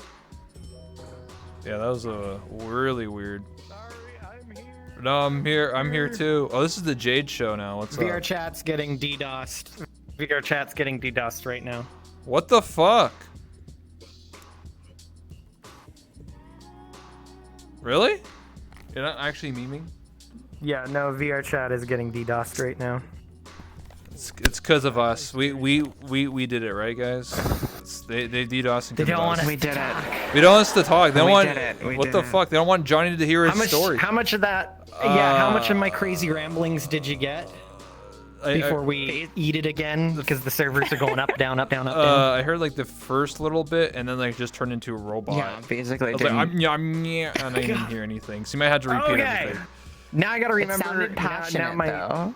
It was very passionate. It was incredibly passionate. So what was the original question? Going back. Rewind brain. It's very quickly dissipating. VR chat. The original comment that I made, jokingly, that I hear a lot about VR chat or like on Reddit, on Twitter. Oh, VR chat makes you gay. That was the first. Like that's what I said. Okay. Yeah. And I mean, it really comes down to I don't know if you heard me say like the whole gendered cultural norm, bi-gender cultural norm Judaism. is. Yeah. Yeah, that's where you cut off. Okay, yeah. That's very much a Western thing. Not all cultures have bigendered, sort of setups in their cultures. And when you look at the animal kingdom, one of the first things that they teach in introductory psychology is that that's just not a thing in the animal kingdom. I mean, it's just. And at the end of the day, we're animals. But I started talking about Walter's study as well, because I don't want anybody to get the wrong idea, thinking that, it was pulled. And it wasn't pulled because necessarily, and I can't speak for Walter, maybe it was pulled for nefarious reasons. But usually in that case, when participants in any sort of psychological study get uncomfortable, ethics boards immediately jump in, and that's probably most likely why it was pulled. You mentioned that people were starting to question their sexuality, and when that's not the basis around the study and it's a side effect, psychology they don't mess around, because if you look through the past history of psychological experiments, they don't exactly have a great history. And so ethics, if you talk to a psychologist who's involved in academics, very much so, ethics is the top thing. So I don't think it was necessarily pulled because of any sort of prejudicial reasons, but yeah, it's a very interesting study, and it'd be interesting to see if they could go back and highlight that to the ethics board before getting approval for the study again, so that doesn't get them shut down, so they could continue to explore that. But ethics are a very, very important thing, especially when it comes to psychology and that area of study. They're very, very picky about that sort of thing. But I mean, we see it every day. You and I have been in VR chat forever. We see it every day. We know it's here. We know people are exploring themselves or discovering things about themselves, or starting off on their journey, or using this as a therapeutic tool to aid them in their journey. And I really think that it needs to be studied more. It really needs to be studied more in academic circles, because there's just so much low-hanging fruit, and I feel like I've been saying that for years now in VR chat, just like somebody with a PhD needs to come in and write some papers and do some studies, because there's so much low-hanging fruit here, so much stuff that can be discovered and written about. I agree full-heartedly. Like I know some people with PhDs, but not in psychology. Like I knew of a NASA employee that plays VR chat on a frequent basis, who was part of the Mars mission, like completely unrelated. But there are people, but I wish there was more people studying VR chat, or even just studying VTubers, in general and stuff like that. I really wish, some people. I remember people asking me, well, do you think VR chat will have a school system where you go to school in VR chat? I don't know. That's go to school in VR chat. Maybe that is a reality. Maybe that is the future, but I don't know. I feel like VR chat's a bit silly at times, but maybe in the right circumstances. Jades? Yeah, no, ASL community. Yeah, that is true. Yes, there is the ASL community, and I know a little bit about the ASL community. They're very particular about who can teach ASL. That's what I've learned really recently, is that not anyone can teach, because they don't want people giving the wrong information out, which I think is very good of them, because some people might teach the wrong things or stuff like that. So they have to have certified people from the community. Because I was trying to, I'll give a little derailment, but I wanted to interview a deaf person in VR chat, because I want to be inclusive and include as many different types of guests. And it was proven to be quite difficult, because there's very few... Spending all your biddies like you wanted me calling me. Sorry, 1 second. I want them all over me. Thanks for 1,000 bits. Sorry, alerts. If I found it to be somewhat difficult, because to find a translator who knows ASL and was actually willing to be a translator for a deaf person that is certified in the community. It can't just be some random person that just knows ASL. You had to be certified within the community, or they'll get very upset with you. So I found that to be pretty difficult. Mm-hmm. Anyway, back on the subject. talking about what Johnny said about like this is an untapped sort of learning sphere. There's a lot of potential for a lot of like research to be done, and I agree. I feel like hopefully like we're just scratching the surface. Like there could be so many more layers, and I feel like maybe I'm just hoping. I don't know. I can't really reach out and be like, hey, random university, come on to VR chat. Come on, talk to us. What's going on? I wish that was the thing. Yeah. But, I'll sum it up best. I think it's summed up best like this because I truly believe this. I think we are utilizing one of the best therapeutic tools in a generation. Like VR is incredibly powerful as a therapeutic tool. This transcends, like, I'm not just talking about LGBTQ, I'm talking about people with social anxieties. Yeah. I mean, we know that we have friends that have helped with their social anxiety through VR. There's limitless amount of things that people use VR for therapeutically. And it's just, it's a massively powerful tool. Oh, absolutely. I know of at least I think 2 different individuals who do quote unquote like therapy sessions in VR chat. Now, I don't know if they're licensed therapists. That's where, but I think at least the concept is an interesting one, right? Because some people may not be comfortable. I remember someone telling me how they would have therapy, but it was over the phone because of COVID, right? Because they can't go in person to an actual psychologist. So they had over the phone or like Zoom calls, and they felt like I didn't really feel the same, and I didn't really go back to that. But they talked about how this individual told me how they were doing it in VR chat and how like it was more therapeutic as actually working for them. And I felt I was really happy. I was like, damn, like VR chat's being used in a way that I never thought was possible, and it was helping them in their life. Anyone else, any comments about that VR chat therapy in a way? I think we'll be seeing stuff like that in the future. I think we'll be seeing universities dip their toes into like teaching a class in VR, whether it's for a study or whether it's, it might be a class about VR or game development or whatever it might be, and they find it appropriate to teach it in VR. But I think we're definitely going to see things like that. I think it's really an issue of accessibility. I mean, I know right now if I hate to leave my house, but when I do leave my house, I'd see billboards and things for Oculus Quest. Again, that's California. I don't know how it's different in other places, but I see like the Quest is being like rammed down your throat as far as advertising is going right now. And I think it's very clear that they're making it a goal to push VR to be more accessible to more people, right? Yeah. I think, I mean, we joke about money and controlling the more sinister metaverse approach. I think it's just exactly Facebook money, but I love money. good things can come out of that too. Good things can come out of that exactly. too. Yeah, I think more accessibility to advanced technology, great. Like so many good things.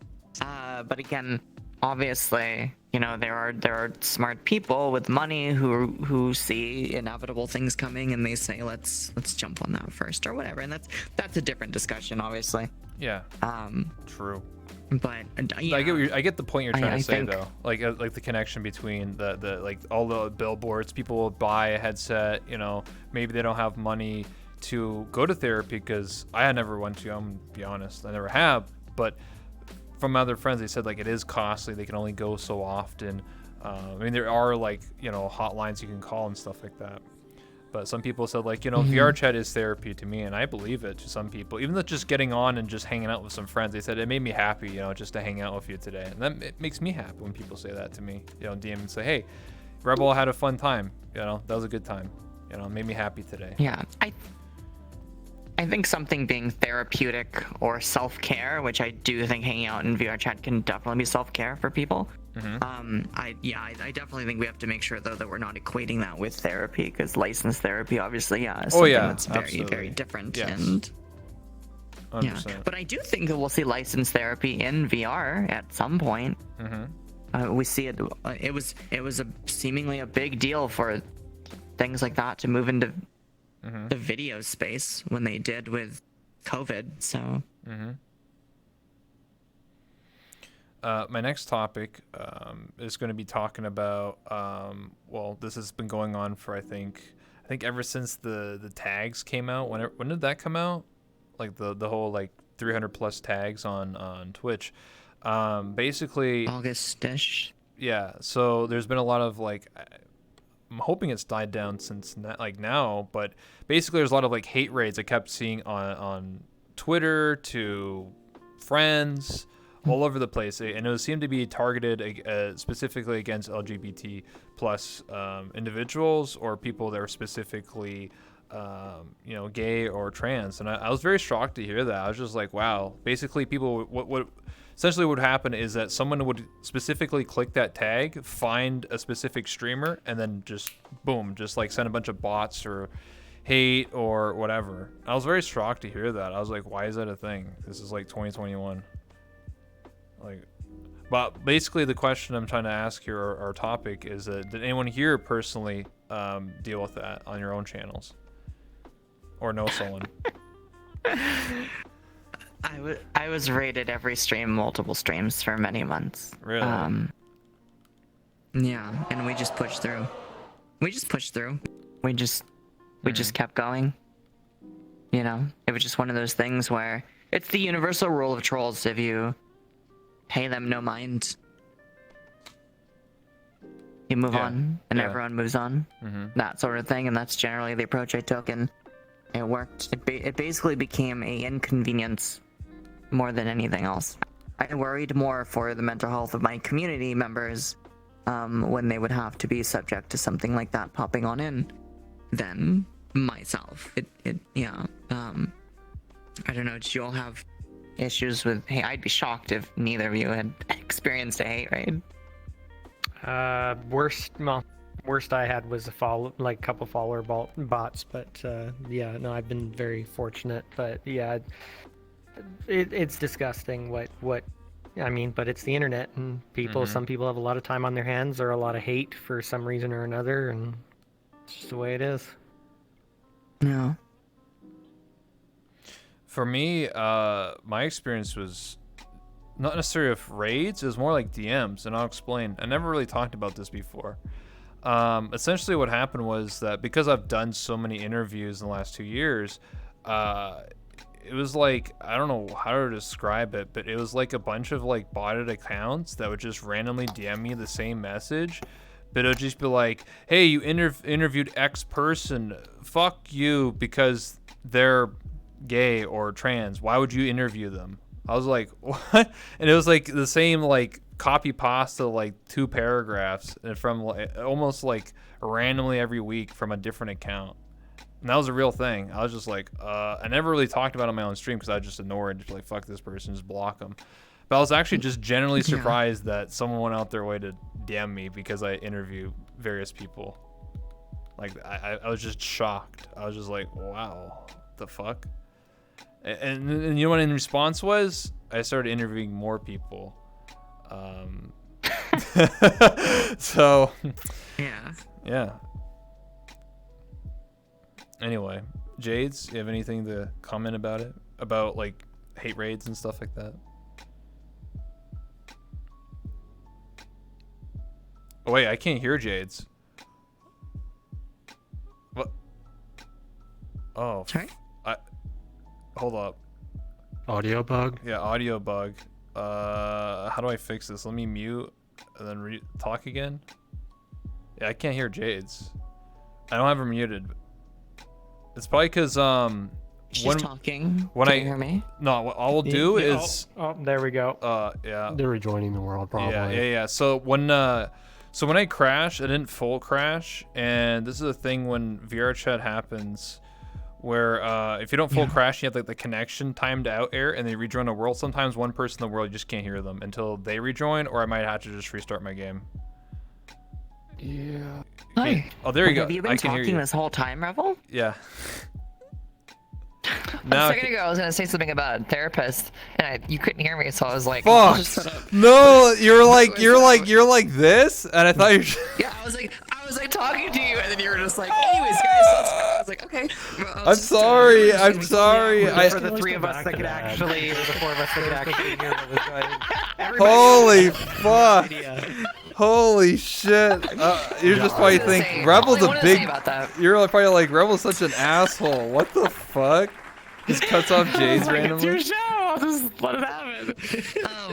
All I wanted to say about the last question was that Dr. K is on Twitch. He's a therapist. Yes. And I would love for him to interview a virtual tuber or a VR chat streamer so badly. And I would love to have him do that with them in VR, because I used to, well, here's the story. I used to, Healthy Gamer has like a free program, a free therapy program, and I stress the word free because it's somewhat bare bones, but it is a program they have for Twitch partners. And so for 9 sessions, they'll give you a 1 hour each week session with one of their licensed Healthy Gamer interview, like a what's it called, therapist. And I stress the word therapist very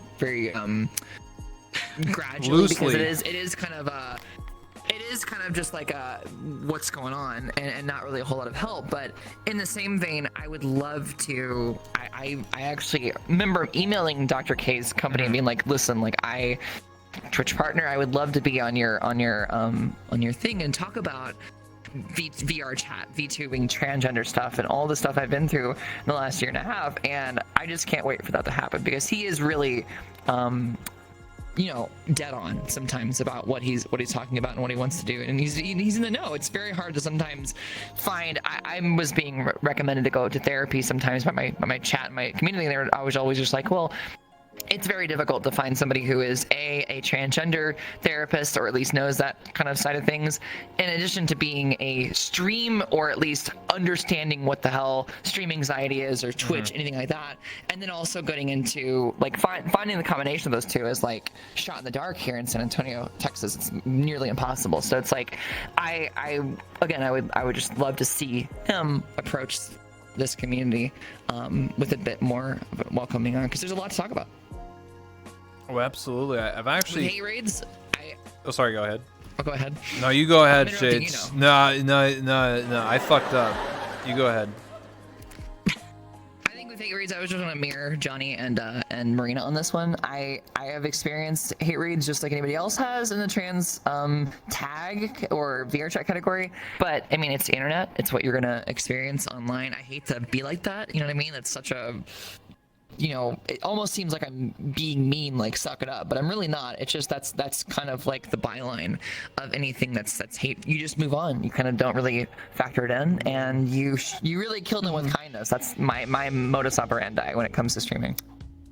I think the only thing that really has a major merit talking about in all the hate raids was the lack of support provided by Twitch. I think, if anything, that should be the thing that should be talked about. The fact that people had to coding people had to make bots when Twitch idly stood by and literally did nothing for months. I think that's really where the conversation should go, because troll's gonna troll. It's the internet. You're not gonna stop that. It's just gonna be how it is. But the fact that Twitch literally did nothing for a very long time should be the thing that needs to be focused on, because I really think they were asleep at the wheel through the whole thing. Why do you think that is? In your opinion, do you think it was like upper management was just like, oh, we can't touch this with like a 12-foot pole? Was it was like some break? Like, what's your assumption? It's a low priority. Really? Yeah, sadly. Yeah. That's unfortunate. To Twitch, I mean. To Twitch is low Yeah. That's unfortunate, because to me, many of my friends obviously were suffering for that, and some of them, we're just like, all right, follower mode, ban all the bots. All right, let's go. We're back to gaming. Like some people knew like what to do, but some people were struggling. And I remember, I think, wasn't there like a tweet or some dude that like recorded himself like hating? Like it was, I don't know. I saw some weird ass tweet where like some dude like recorded himself like doing the bots. He's like, ha ha ha, I'm the one who actually did it. I'm just like, I don't why you remember. self-report? I didn't see anything. I like don't. that. I think, and then like an hour later, his account got banned. But I was just like, I was so confused. I was like, self-snitch. I think it really boils down to, and I don't really care if I take shit for this comment, but it really boils down to, I think there's a very large sense of entitlement in the Twitch staff at this point, and that's not just, speculation.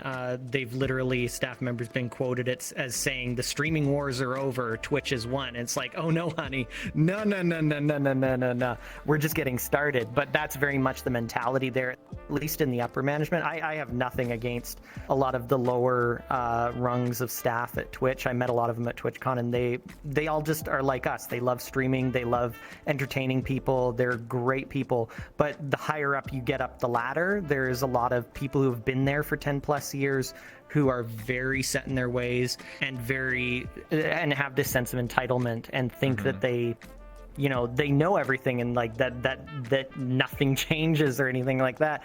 And I mean, that's not just Twitch. That's true of any corporate culture in the world. But I mean, how much screaming is it going to take from the community before they wake up and actually start doing things about it, and sadly with the hate raids, that was one of the big highlights where a lot of people were hurt just because, Twitch is just sitting there and it wasn't a priority for some reason or another when it was probably the highest priority issue for the entire community at the time. And it just shows how out of touch upper management is.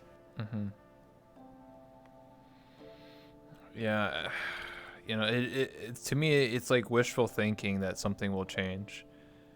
Maybe it just has to do with the older generation. I don't know, but I'm hoping something changes. And inside of all of us is hope. Maybe one day there'll be a difference. Maybe in our lifetime. I hope so, right? Or maybe some big ass movement has to happen on Twitch, like not just one or two people, but like the majority. At the end of the day, it's going to be money talks, and I think everybody, if you're a professional content creator, you already know the direction things are going. YouTube is starting to creep in on them. TikTok as well has entered into live streaming. God help us, TikTok, but. The competition, what I'm trying to say, and can't forget Facebook gaming, the competition is growing faster than I think people realize. And just even alone between Facebook gaming and YouTube, those two comprise, I think I saw the last numbers were 30 to 40% of the streaming market. So, I mean, when it comes to issues like we're raising here, I think Twitch really needs to wake up or they're going to be caught, and more and more people are going to be leaving the platform for better platforms. No, I agree. I've seen that already, and obviously, if you look at Twitter and live stream fails, you see a lot of that in the last couple of months. So hopefully some changes happen. If not, well, I guess it is what it is at the end of the day. Another subject that I wanted to bring up and talk about, again, to me, I feel it's related to the LGBT plus community, is the mutes in VR chat. I've been playing this game 4 years, and basically, so everyone's on the same page here. There are people who either are, selective mutes, means that they don't talk IRL, they because of anxiety, because of various reasons, maybe because of their gender identity, all that stuff. And there's also people that just don't want to talk, or they cannot talk because of some sort of complication at birth or something like that, or an accident that happens later in life. But from my experience personally in the last 4 years, a lot of mutes who've have since unmuted. I feel like in the last year or two, a lot of them have unmuted. A lot of them have come forward,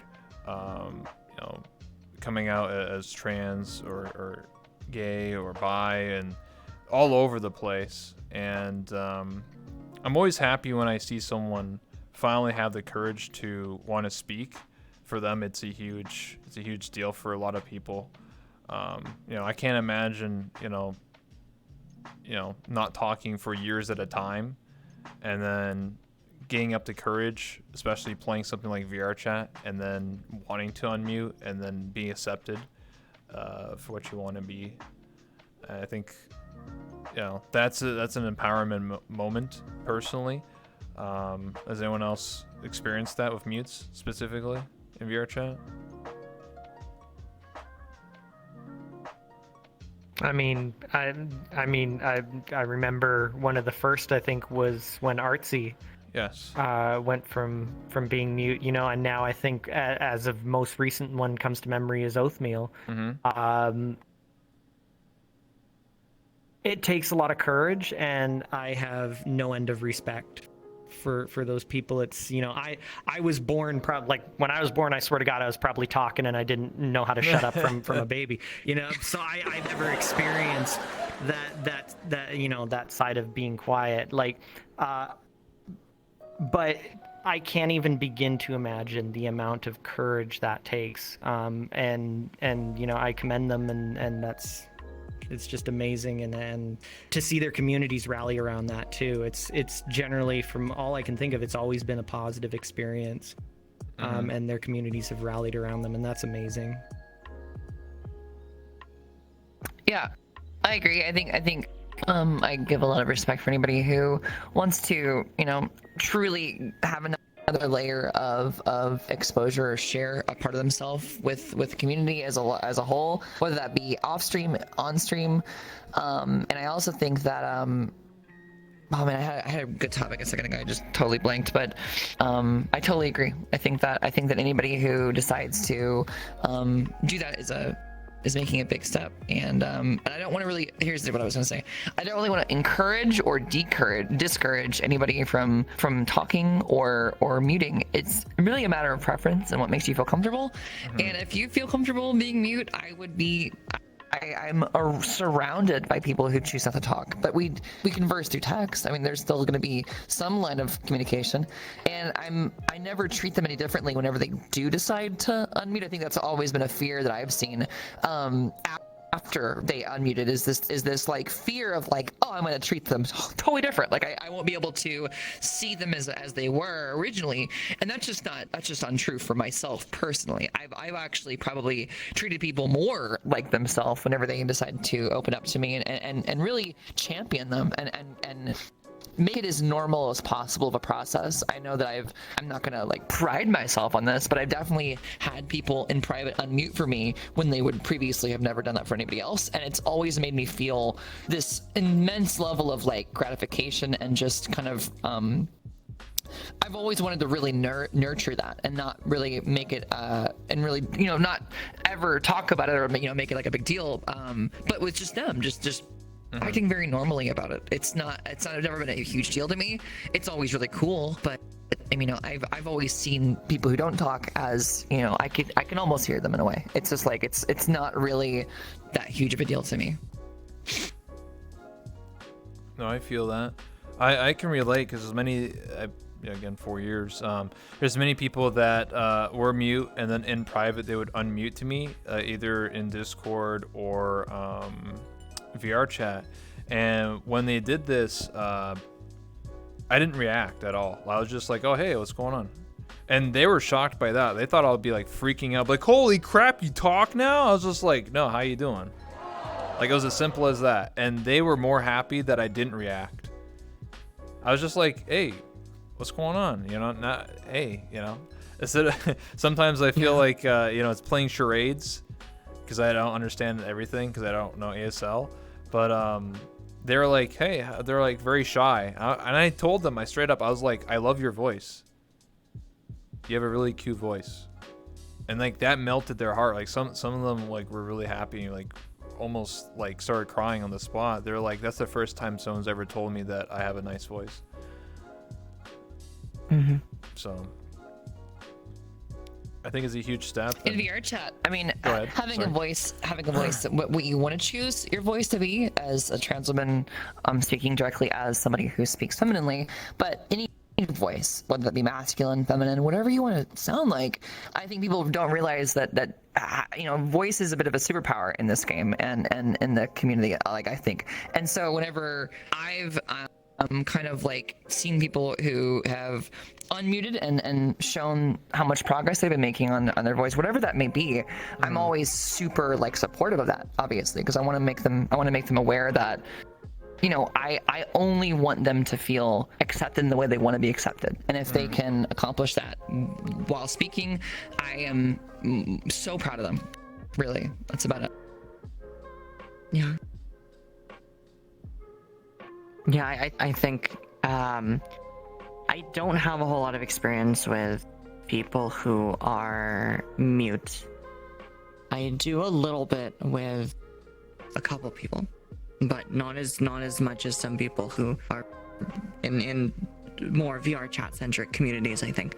But I think a lot of it mirrors because you did kind of touch on things, is that I do know that there is definitely a lot of overlap between people who are mute and people who identify as trans, gender questioning, gender Absolutely. non-conforming in some way, right? And generally that becomes a lot of like the anxiety there, and the voice is the like, well, I want to use a female avatar, but I was assigned male at birth, and I'm afraid that my voice is like not passing enough, and all of those like dysphoric anxiety thoughts like stop someone from, and well, it's just, I don't have to talk, I can just mute, right? And again, I think 100% that whatever someone is comfortable with should be what they go with, because I know that there's people that mute that are not trans, they're just mute, they just have social anxiety or whatever it might be, and like they're okay being mute, they're comfortable being mute, they don't want any different, and that's fine. I think really what it comes down to is the overlap that I have in the trans community with how many people come in, and I see this constantly. I see people that come in and say things like, your voice is really nice, I would never be able to have a voice like that, so I don't really try. Or I don't really think my voice will ever pass, so I'm just like, I don't really care about voice truth, this or that. And like they'll say things, and it kind of comes down to like, I wish people didn't feel so defeatist in that group, where like people maybe want to try, but instead they get into the mindset of like, I'm afraid of messing up, or I'm afraid of whatever it might be, right? And they let their fears and anxieties dictate the like, that fear of failure to like never ever trying. And I think part of like what you've both touched on, this idea of like,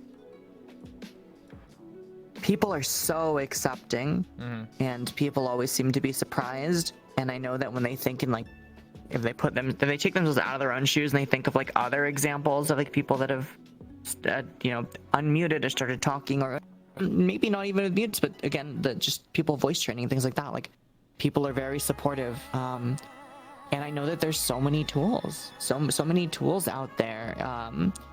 I know I have done several like voice training streams and stuff where I just kind of talk about stuff like that. And I know I'm not the only streamer that does it, right? Like there's tons of streamers. I know even we brought up Artsy earlier. Yeah, we brought up Artsy earlier too. And like Artsy has started doing voice training stuff. Like there's a lot of resources. And I encourage people, like if you're interested in voice training, don't just go with one person, go with multiple people, right? Yeah, I can talk all day about voice training tips and things like that, so I won't go off onto that, but yeah, I just overall my main thing is that I want people to know that this is a like to look at other people in the community that have kind of come out and taken that step and that leap, and how like the open arms that they were welcomed with, and know that like you're no different, right? If your goal one day is to unmute and to work towards that, or to voice train or whatever it is, like you can get there, right? Like there aren't just people who can never get there. That's not right. It's just like whatever it is, there's support around you, and yeah. Work towards what you really want to do. That's what I would say. But if being mute is comfortable for you, then absolutely do what makes you comfy. Do what you want to do. Yeah, That's the bottom line. I for me. know of friends who were talkers for years and then became mutes because that's more comfortable for them. I'm not gonna name names, but I know people that have done that or the opposite. They were a mute and then they started becoming a talker. It goes both ways. I had, my personal experience, I've had friends again question themselves and had sort of like that voice dysphoria, where they were like worried about like, oh, I don't pass feminine or masculine, and to me, I had a friend like 2 years ago who was just typical, just e-boy, hey, what's going on, type of person, and then I randomly met him again like last year, and I was talking, and he went from like I'm serious, like a corpse husband, like deep voice, like that deep of a voice, to like very feminine. I was super surprised. I was like, damn. He's just like, yeah, I just I just wanted to, it feels more comfortable for me. I like using female avatars and being more female presenting. And I was like, damn, if she can do it, I believe anyone can. They literally had like the deepest voice I've ever heard in my life. So I was like, listen, this person can do it, you can do it too. You just gotta, I can't really speak about it, but like, the human body is incredible. yeah, like, I think it's just about practice and wanting to do it, and being at your own pace. It's not like, oh, I didn't, in 3 months I haven't really made much progress. This other person sounds super feminine or super masculine, and I don't. I always find it interesting when I find streamers who openly voice train in real time, because you can watch their old VODs from like 6 months ago or a year ago and be like, wow, there's a huge difference already. I remember some of my own friends, streamers, who she was doing an anniversary stream, and like her first stream was like, you could definitely tell there's a difference just in like 1 year. So love is love. That's right, champ. Anyway, I think we've been going for just under 2 hours. We'll start taking some questions from chat, and anybody has any comments, topics you want to bring up before we go into chat questions, anything you guys that we missed, anything that you guys want to specifically bring up, Marina, Jadez, Johnny, anything specifically like, hey, we didn't talk about that, we should talk about this? No? Nobody? Okay. I feel like we've covered a lot of good topics today. Yeah. Right, awesome. I always I always ask in case someone's like, Rebel, you didn't talk about this, and I really wanted to. Asshole. Like, yeah. Give an opportunity. Anyway. Hold on, let me see the timer here. We got 15 minutes before ad break. All right, we're good. Let's make sure.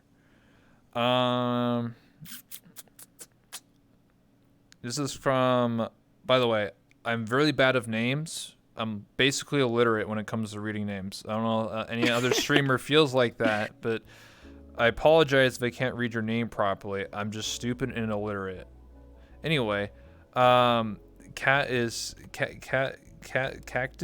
2. Anyway, their question is, usually when you accept yourself for who you are, your family is the first point of contact.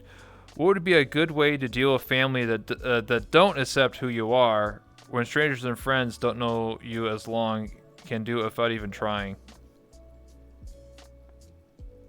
Tough question. Very tough question. It's kind of case by case basis, Rebel, because I feel like I don't know, their family, their parents. I know that my situation, my dad was and is still very how do I put this?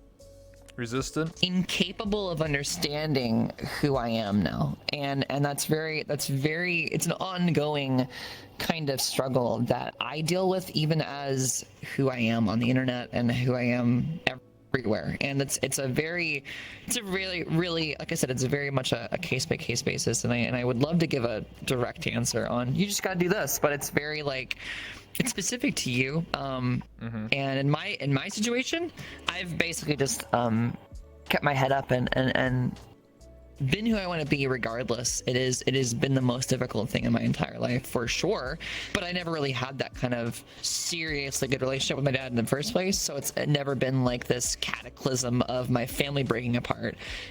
It just kind of like, it sucks a little bit to deal with. I mean, that's his problem, and I've always put it like this, Rebel, he'll miss out on my life, not the other way around.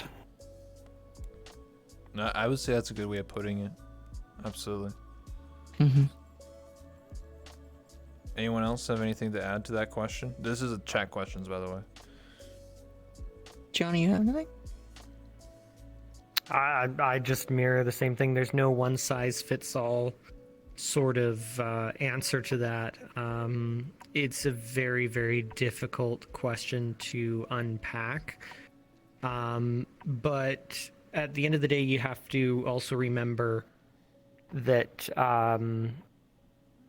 patience is important and love kind of trumps all. So being loving, patient, and understanding, especially when dealing with an older generation, it can sometimes be difficult to push them up the hill, but eventually they all get there, hopefully. It's just a really that we could probably turn that all into a single podcast stream in and of itself. That's a very large topic. Yeah, very true. Marina? Yeah, I've been fortunate that I've been able to have a lot of support in my life, family support and stuff like that. I know not everyone gets that. So it's a little hard, I guess, for me to like speak from that stance, because I hear stories from friends and things, and it always just breaks my heart, and it like makes me feel very opinionated. It makes me feel like it's not just something in the trans community, but in all of the LGBTQ community, right? Because I hear of people who come out as gay or lesbian or bisexual, whatever it might be, and they are sort of shunned or disowned or whatever it might be, threatened. And I think what you said is great. Like, they are missing out on your life, not the other way around. It's for me, I feel that family, despite popular belief and popular cultural belief, family is not something that someone is entitled to. It's not a title that someone's entitled to. It is something that someone has to earn and maintain. And I think that just because someone raises you as a sibling or parent or whatever it may be, that if someone does not respect you and who you are, whether it's through ignorance or whatever it might be, that it is perfectly okay to essentially stop viewing them as family. Because I think family is something you earn. I think that your family has to respect you. And if they don't respect you, I don't really think they have any business being your family. That's just sort of the way I've always put it when it's brought up to me. The word family can mean a lot of different things. I have a new family. I've always said that in the last couple of years. What I get to do now, my Discord community, my streaming community, anybody here really has kind of been inducted into this grander scope of what that means, what that word means. And yeah, Rebel, there you go. You're my family. It's just anybody who I want to get a good vibe from and hold close, I would consider family at this point. You're getting a big hug from me later. Ooh, later. Oh, after show. Whoa. Anyway. Oh, let me check the timer. 8 minutes. Sorry, I just want to make sure so we don't miss anything. So anyway, the next question comes from Josh. The question is, as a member of the LGBTQ plus community, where do you see the future of technology and games/software like VR helping out that part of your life?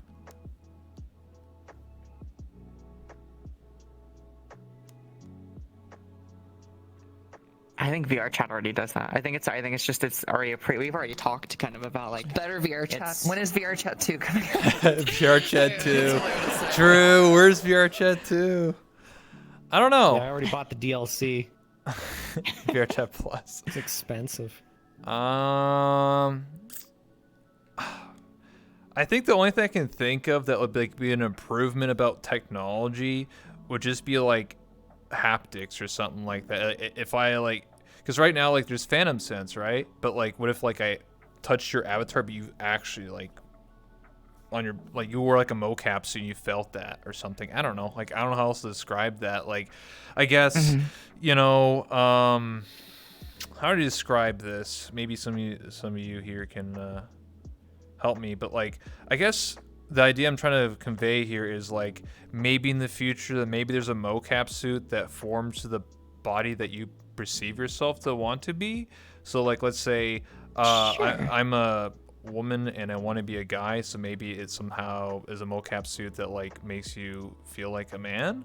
Or if you're a man that feels like a woman, maybe, you know, you just grow giant bazongas. I don't know, whatever. Like in a mocap suit and like that's haptics and you feel that in a real way, I guess. Like, I don't know how else to really improve the technology that we have now. Yeah. Oh, I'm effing? It's happening again. Uh-oh. Rebel's dying. Oh, Again. shit. No. Rebel, you're dying. No. You can hear that on the stream. Please. I'm gonna take a- The funny thing is, What do you think I'm I'm not doing? dying, but they say I'm Are we all dying. I'll Yeah, die in no, a he's second. moving on his Can you hear stream. me? Yeah, I think we're good. we're all here except for him. He's moving on Oh, his we're all stream. here? But he's Oh, wait, yeah, I see It's that. on I see stream that. I see now. that. He's dancing. Yeah. Rebel, just start over, dude. Get out of here. Get going. Okay, I'll start over. Oh, VR the chat, eyeballs are moving. VR chat stinky. I'm scared. Yeah, VR chat timed out. Yeah, I think it is the DDoSing. Bruh, of all days, man, doing a podcast, bruh. But is my no? Like it says my bill rate's fine. It's just like I guess it's just VR chat. I don't know. No. Hello. You know, from my point of view, you guys are like you're dying, but I'm on my screen. I'm not. It's funny because you're like, wow, Rebel's dying, and I'm just like, I'm not. What do you mean? I'm just standing. Should I start over what I said? What did you leave me at? Uh-oh. I don't hear Marina. Is anyone talking? Oh, shit. Man. I can't hear anyone. I'm not memeing. I'm not memeing. I can't even hear you. I know, Jades, you're on mute now. Oh my god, I can't believe it. Hello. You lost your voice. Police, I want to help you. They're just trolling you? There's no way. There's no way. No, they're all rejoining. Same with you, Dega. You have to rejoin too. Yeah, I can hear you now. Can you hear me? What a weird VR chat bug, huh? You fucking like crash. So here's Yeah, an answer to we- that question. You know, what would you like to see? You know, VR in the future. How about servers that work? Yeah, true, That would be true. wonderful. That would Oh my be really supportive of the LGBTQ plus community. Yeah, servers that actually function. Yeah. Hold on, let's get that guy back in here. All right, I'll start. Where did you lose me? That's I have You said ADHD big and I don't bazongas and how you want remember. to touch your big bazongas. Yes. in your Oh, mouth. right. Haptics. That is the I remember you saying was big bazongas. really? Oh my Yeah, so when you- god. Okay. when you ask about technology, it's like, yeah, like there are things that exist. It's really just making them better because we have like, there are like touch bracelets where like people can like touch their wrist and it's Yeah. like their other person who has the matching bracelet can feel it. And there are haptic suits where you can like touch someone on their body, they can feel it. Mhm. There are a bunch of adult toys where you can do Yeah. things and the other person can feel it, right? Like, Sorry. Sorry. I got excited. there are, yeah. But I mean, yeah, like it's always just about making things better. Like, if there's like a point in time in the future where I can just like come over and like rest my arm on Jade's shoulder and like she feels that, right? I feel it. You know? I'm immersed. Oh my god, you're so warm. Wow. Oh. Hi, Marina. Whoa. Is this a VR chat? Is this a VR chat commercial? I'm really immersed. I really feel it. Get into the metaverse today. Mark Zuckerberg. What the hell? Damn. Actually, that should be the selling point for VR chat versus the metaverse. I was just gonna say, actually, we could kind of rope this into the topic of the podcast. Is I'm gonna rip on Facebook again, whatever. But Go ahead. Facebook does seem to be less inclusive, and the plans for Meta in the VR space seem to be a lot more. I don't want to say draconian, but like definitely more of a negative, less open space, and that's what I kind of hope for VR in the future, and why I hope VR chat in specifically kind of holds on to market share going forward, is because VR chat. I don't think there's any question. VR chat has proven itself to be a massively inclusive space, and I don't think that Meta and Facebook, given their track record, will maintain that. They are very much more want to err on the side of caution and more traditional. I don't want to say conservative values, but I can't think of a better way to say it. But I think their track record shows, you know, and that's what I guess I hope for the future of VR is that it stays the open, inclusive space that it is. Yeah, Nice. definitely. If someone ever takes the reins from VR chat, I hope that. Yeah, That's- this game has literally saved lives. Like, Yeah. I'm not making a I agree. You know, that's literally true. Yeah. To relate to what you just said with like the metaverse and stuff like that, like, has everyone here seen like the screenshots? Like, are those legit or are those fake? Because they look like the Sims one, like the Facebook metaverse. It looked like the Sims, honestly. Oh yeah, that's legit. Yeah, That's legit. yeah, That wasn't a yeah, meme. I thought someone just took a screenshot on Sims, No. the game. Yeah, I don't think they know what I they don't think want VR chat at needs to all. worry. I don't think they have any idea what really. If you play this game enough, you'll kind of you'll kind of see the matrix code, so to speak, of what's possible and what should be championed and like really fought for as far as the future of VR technology and moreover communication in VR space. This isn't really a game, as we all know. It's more of a communication space platform, whatever you want to call it, an experience, whatever the word is. It's not a game though, and I feel like that's what they want to create. They want to be like, well, let's make it gaming and all that stuff, and it's just I feel like their trajectory is way off as far as like totally what Johnny said. Like, it's just not the values they have are very forced seeming. Not to again rail all over Meta right now, but it just feels like everything they try to do as far as diversification and inclusion seems only for a superficial reason. It's just to attract people and not really have any meat to their advertisement. It's just kind of like a fake thing. But this is again somewhat of an assumption. I'm not going to sit here and act like I know what the future is going to hold for that. But I'm very skeptical as far as what their goals are. But I don't want to be skeptical with VR chat. Obviously, I want to be very open-minded and hopeful for that. I feel the same way.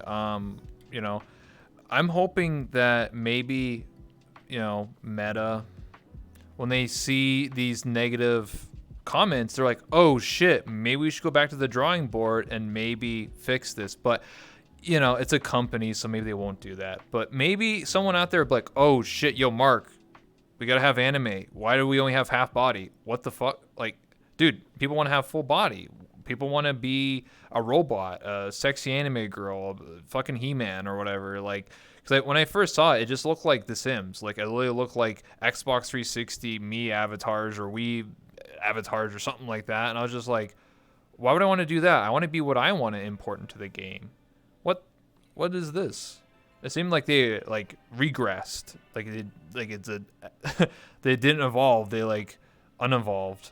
in terms of when I I saw think the that. idea is they want to use it for like business, don't they? Don't they want it to Yeah, be Yeah, that was business? more yes. business Um, driven, yeah. I don't remember the direct quote from Thrill. It was in my chat earlier. Shout out to Thrill. Basically, when they said like people come first, but it was like on the last of the list. How can you say people come first, but it was at the very last of the list? Do you understand what I'm saying? Like, it was like the 5th thing on the list. People come first, but it was 5th when it should be first. Like, how can you? Yeah. Like, what the? I was so confused by that. I was like, what? It's like so ass At the end backwards. of the day, I mean, at the end of the day, it doesn't matter, what their vision is or what our vision is or anything.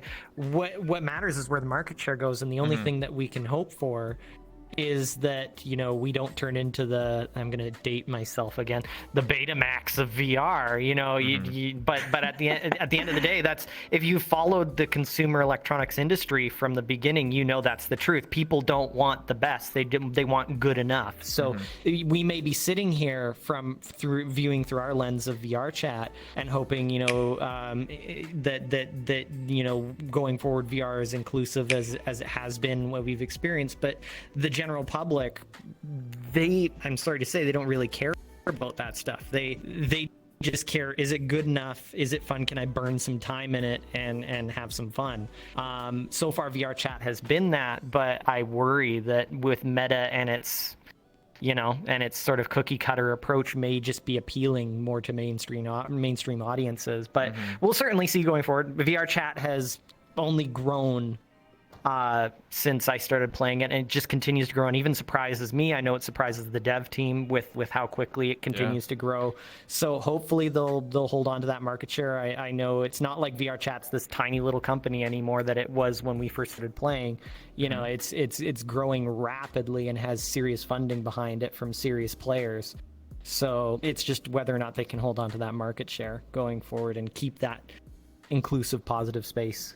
Absolutely. I think you're about to see a lot more VR hipsters because, I mean, just generally speaking, we've been a part of this for a while. And I feel like that mainstream adoption is going to piss a lot of people off and be like, well, I was here during 2017 and 20. It's like, I know what that's like. And I'm going to feel that way for 2020. And it's still to this day. Like when Quest first became a thing, it's like, ew, you're a Quest user. And then there's still this stigma to it in the community. But, I was here before you got in Knuckles, so I'm cooler than you.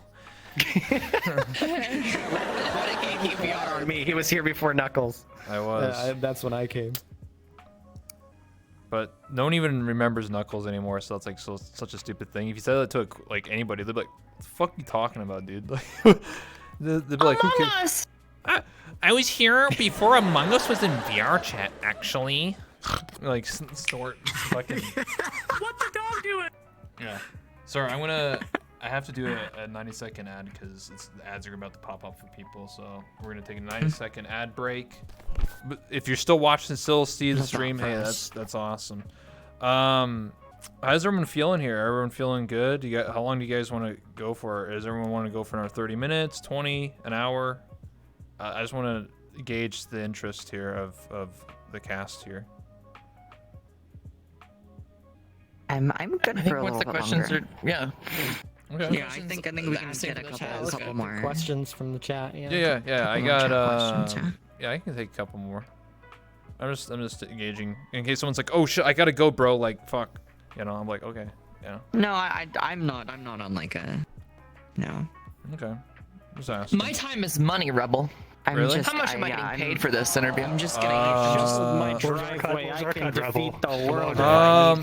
Quick, I'll do a sponsored artesian builds. If you use code Rebel, you get up to $200 off. Just to let you know. It's in my bio. I still need to eat my dinner, Rebel, and Jadez is getting a little cold, so. Oh yeah, you want to warm her up? Yeah, I'm super cold, Marina. It's so freezing. Oh yeah. Nice. I feel the odd one out. Do you want a spoon, Rebel? Absolutely. I'm down. I'm sort of feeling more. Or is that a different website? That might be a different website. That might be. Maybe. Spoonsley. Oh, the ad break's over. Oh, fuck. Thank God. Sorry. That was going to get interesting. For those of you that were watching that, boy, did you miss a lot. Oh, shit. I'm pregnant? Yeah. Sorry, what? Subscribe now so I can see better. Sorry, guys. Imagine not being subscribed to that one rebel. Yeah, thanks.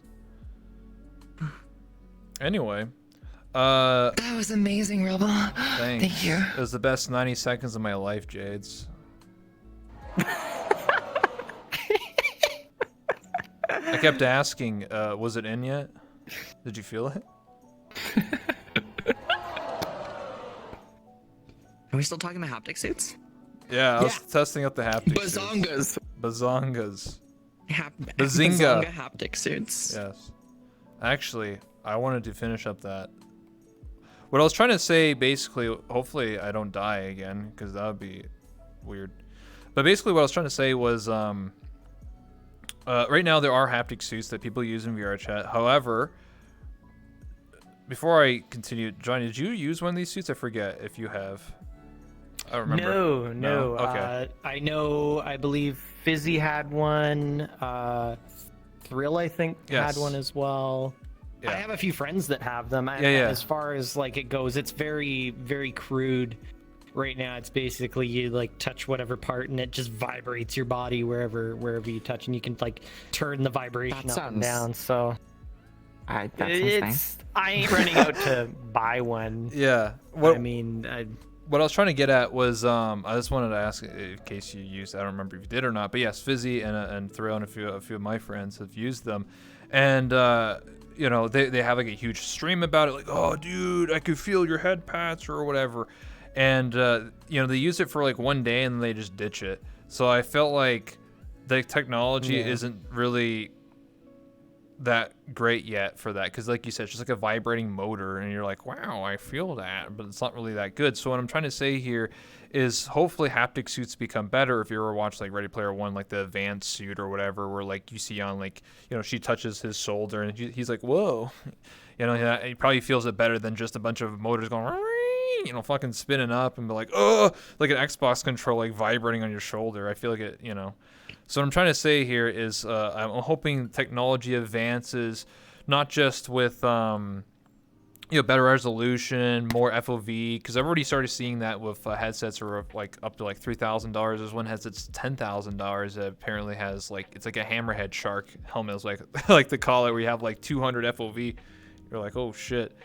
But I'm more looking forward to, you know, better tracking, but also maybe we'll have that mocap suit that you'd be able to essentially hug someone and feel it without having to sort of rely on Phantom Sense if you have it. Because I don't really have Phantom Sense, but I feel like I'm missing out, because I'm like, damn, these people can feel that hug, but I can't. And I'm like, I'm not immersed, but maybe one day if I bought one of these suits that actually was really good, maybe I could feel that, you know, feel that connection, that physical connection across the world. And then I obviously made a slight thing about like, oh, you know, if you wanted to have big bazongas, then you could. I mean, with a haptic suit like that, you could, or whatever you wanted. You know, if you want to add more muscle or whatever the hell you wanted. I mean, the future is whatever. Big cock. Okay, we could do that too. I do love roosters. Yeah. Can I get a giant rooster in VR? Yes. Yeah. Absolutely. Yeah, I agree. We gotta have dick tracking at one point. It's gonna be a real thing. Yeah. I feel like that's been done already. Really? I feel like that's been done already. Is it- Why is my mind going to like somebody has attached a tracker to their Why do you junk? feel like, that? What? Phantom I've been dick. in VR chat a long time. I think I've seen it. At this point, I think Rebel and I are like, we've seen it all, right? We've seen pretty much. I've seen why it. am I thinking that somebody's done that? I don't know. Maybe it's one of those Crazy. It's one of those. It's one of those after show interviews where I really examine. I just for some reason maybe I dreamed it or something. My dreams are weird, anyways. But That's no, like what it was. I seem to remember like years ago somebody seeing like a video on Twitter of somebody attaching a tracker to their junk and spinning it around or something. Like Oh, helicopter. VR chat's weird. Spin Yeah, me VR chat's right weird, round. Right round. Something I found on Twitter. Hey. It's for science. I'm gonna shut up now. Science, right? We all want to see that. Yeah, exactly. Yeah. Hey, it's not my fault. The things that Twitter shows me through the algorithm, you know, it just Exactly. Nice cups. That might be merch one day, and we'll sell them. Touched by Jades. Caressed by Jades. Oh, that's I'd extra. sip out of those. Same. Relatable. Anyway, we'll taking some more chat questions. A couple more here. Let me read through some of these.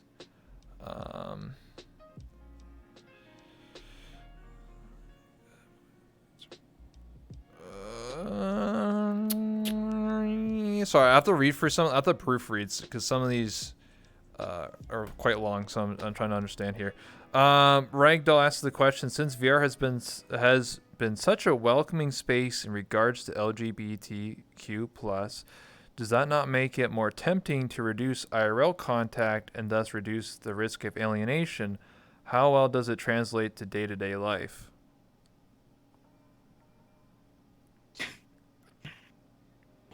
Someone want to Interesting question. Yeah, I get. So run that by me again. Okay, I'll read exactly as it's written. Ragdoll asks the question: since VR has been such a welcoming space in regards to LGBTQ+, does that not make it more tempting to reduce IRL contact and thus reduce the risk of alienation? How well does it translate to day-to-day life? I think what they're trying to say here in layman terms is basically people live in VR. Yeah. Like they'll like play 18 hours a day. Mm-hmm. Yeah. This might be a shock to you, Rebel, and all of you guys, but I'm not an anime girl in real life. Believe it or What? not, I don't have a tail I am. or ears. Yes, I know it's breaking news, and But I'm real. And I do. I think in general, people. What I think Ragdoll's talking about is anybody who would want to, yeah, like you said, feel 100% more comfortable in VR. Who doesn't? But sacrifice exposure to people in real life because they don't want to break the illusion. I don't think there's ever been an illusion with me. I've shown a little bit about myself. I haven't shown everything. I've never done an IRL stream or anything like that, but I've definitely given people, you know, an awareness of who I am outside of the game. And I think that for VTubing, you've seen people wear gloves, like VTubers wear gloves and stuff for cooking streams, and use an STT all the time. Like nobody can hear my voice. It's all gonna be, there's no identity there. I'm a anime girl, and so that I think is what they're talking about. It's kind of like this full immersion. I don't want to break people's immersion in chat. I don't want to do that. So it's like I get that a little bit, but at the same time, there's always going to be a time and place for, you know, the future of my transition, the future of whatever, how I feel comfortable with showing a little bit more about myself. But I think it's again very case by case on this one. Like there's really no, I can't speak for all the other VTubers. I can't speak for anybody to the here. content creator, yeah, and what's right for them. You know, some people want that, and some people are, you know, comfortable with hiding behind an avatar. I think that one tweet that I'm sure all the VTubers will remember, the one guy who was like angry over VTubers sharing IRL photos that we all dogpiled on and got. Well, my photo did really well on Twitter. I don't know, like lots of other people dogpiled on it as well, and but yeah, it really is up to the content creator. We're all artists, and there's no one right way to use a paintbrush. You know, like I think, you know, everybody. This is also very paints their own new way. thing. Like revealing yourself has been kind of anecdotal. Like the evidence of like, is it bad or is it good, has been very anecdotal over the last couple of years. There's not really a whole like, if you show your face you will lose this, if you show your face you will gain this. Like I think it's not as cut and dry in that way. So looking at something, I don't have the example to go to. I can't be like, well, in the case of subsection B, this person, like there's nothing like that. It's like we're kind of charting this path as is. Violated Like the VTuber code. yeah, like there is no book, and so Society. You go to court. in a lot of ways, Sorry, go ahead. no, it's okay. In a lot of ways, we're kind of the people who are discovering those effects as like currently, like figuring that out as we go. I was gonna make the joke. It's a tricky territory. I was gonna make the joke. Oh, you showed your face. That's against the law. You go to jail. You broke the law. What the hell is wrong with you? Yeah, that guy on It's okay. Twitter. People are always trying to put me in. That guy's They're a always trying to dummy. put me in horny jail, so Oh. can't be that much I can worse. be your guard for that. Yeah, I was hoping you'd be my cellmate. Oh. Well, I have to break the law first. Should we leave? Should we just get out of here? It's gonna be- I'm sorry, it's been 2 hours, really good and talking I to you can guys. only hold my horny in for so long until I start to break down. I think she's Let's starting try to feel not to get cold. robo banned again. Fuck! Yeah. Damn it. I think at the core what Ragdoll was trying to get at, I'm not sure if it was like talking about addiction, because I mean VR addiction is a real thing, but I mean you can get addicted to anything. But I think that's what the question was maybe kind of trying to touch on a little bit. I don't know if they could like elaborate in chat, but Yeah. I mean, that's what the question kind of said to me, and it's just like, I know for myself, I am relatively outgoing publicly, but people are actually quite surprised privately. I am quite a shy person, and I've definitely improved upon that using VR as a tool, but that's not necessarily an LGBTQ plus sort of conversation. That's more, I think, a social anxiety conversation. And so I don't know. Hopefully I answered the question. I just saw in chat that they said that the question didn't really, that we didn't really touch upon I what they saw were that. asking. I want to make sure we get it. I think it's different. Yeah, I think it's different for everybody, and I think generally kind of the question is like, there's a partially obvious answer, which is if the community is welcoming, or it's better if you have a better experience in VR chat, walking down the street, quote unquote, in VR chat than you do walking down the street IRL, which makes you feel validated, which makes you feel comfortable, which makes you feel like you're, you know, all the other things that are like the potentially you might not feel IRL. Would it be tempting to spend more time in VR than IRL? It's absolutely. Like, I think that's an obvious answer, right? Like, is I think that the temptation is there. I think that's what the question asked, right? Yeah. Now I think it comes down to a matter of like sort of seeing what's the problem, right? So what's the problem and what happens? And I think for a lot of people that don't understand what VR chat is or what we do as streamers or any of those things, like someone can look at this just very objectively on paper and say, this person spends a lot of time in their office, bedroom, whatever it might be, spends a lot of time on their computer using technology. They don't really spend a lot of time outside IRL socializing. And I'm saying every streamer's like this, but that might be like, you know, this seems really unhealthy. But I mean, at the end of the day, like if you're socializing in VR chat, you're socializing. If you're socializing, whatever it might be, even if it's virtually, there's still a sense of socialization. There's still a sense of self-care, right? It's not a bad thing. It's not inherently a bad thing to spend time in VR chat. I think it kind of comes down to when things cross line, and we talked about addiction. When things cross line into addiction, usually addiction is when something prevents you from doing things you need to do in your life normally to just your day-to-day to live and succeed and stuff like that, if that makes sense. Let me put I it think this if way it as doesn't well. cross the line into that, yeah.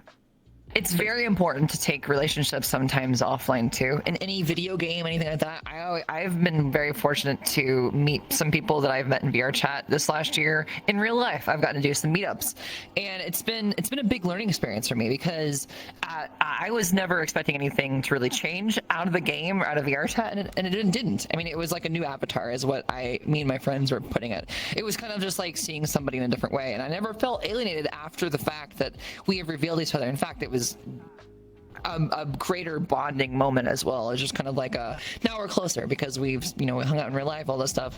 I would never want to use VR chat as an excuse to be a hermit and feel like I have to hide here or be like cloistered in my lifestyle because I don't want to make anybody feel uncomfortable with who I am. I think if I were to throw that back on the questionnaire or the person who asked the question, I would ask, would you see me differently if you saw me at TwitchCon or real life? Would you be able to still watch my streams and go, this is Jade? Would you go like, oh, I've already seen them in real life. Like, what the fuck? Like, this is not who I think it is. Like that.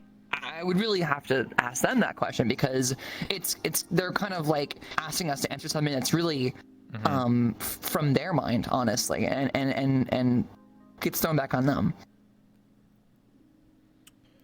What I would do is... Would you alienate me? That's what I'm trying to say. Yeah. I'm going to increase your immersion. I'm going to dress up like this, IRL, so your immersion will not be ruined. I'm excited. Thank you, Rebel. I'm excited I can't for wait the to see Bazongas. the Bazongas. Yeah. Bazongas. Hell yeah. Yeah, I'll go on Amazon. I'll buy them. Straight up. Just, Yeah. They have those vests. You know what I'm talking about? They have like those like blue mold vests. That's that you can wear exactly. that you can Yes, flip your exactly arms what I through. was talking about. I feel like you get one of those, Rebel. You could definitely find a size that's like, proportionate to what you have here, which is rather large and rather endowed. And I feel like that would be And then an my interesting back. thing to see. My back. I'll just wear them only in VR and be like, fuck, guys, I gotta sit down, bro. My fucking back hurts. My true immersion. That's how I get real Phantoms. That's how I feel really immersed. I have to wear a wig and everything. And then I take off the headset and I'm like, what the? And then it molds into my real flesh and I just become an anime woman in real life. And that's the story. Oh no, sounds terrible. Oh no. But the trade-off is that I sound like this. Hey guys, look at me. What the hell? Anyway. Let me see here, these questions. Interesting.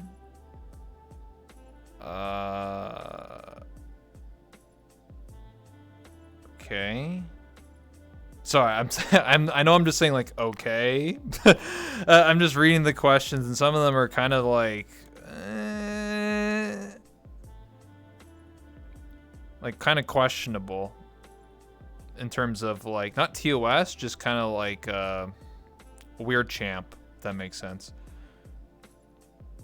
I love weird champ questions. Really? You're like really weird champ questions? Oh, I love to hear the Not questions. really and just be like, Yeah, you don't have to fucking say weird who- champ. No. That's No. This is why I use this sort of Google document, because then I can vet questions. Because before I would just take questions directly from the chat, and some people would just like keep spamming the same question, and like sometimes it was like really cringe. Like, I'll give an example, a perfect example. I was doing a mute podcast once, and a question someone comes like, "Where do they live? Where's their address? What's their real name?" And I was just like, "What the fuck kind of question is that?" And they kept I live in spamming. VR chat. I was Yeah, just I'm a wolf boy. yeah, I was just Like like, anime land. There why you you go. doxed? And one, I'll never forget it. One question specifically that kept getting spammed, and this is why I started using more of the Google document, was there was an individual that was like, how would you feel if you voice revealed right now on this talk show and you were a guy and then everyone just knew that you were a dude and you're using a female avatar? Like, how would you feel that everyone would just hate on you because you're a dude? I was like, what kind of fucking question is that? Like, what? That's why I didn't even bring it up. Sounds like trolls. Yeah, I didn't even like bring it. I just skipped it. I was like, that's a cringe question. What the fuck is that? Yeah. Well, anything else that's good? Okay, we already answered this. So one question was about the trending thing, Twitter. We already talked about that with Artsy. Hell yeah, Argo was great. Artsy's Pog. Yeah.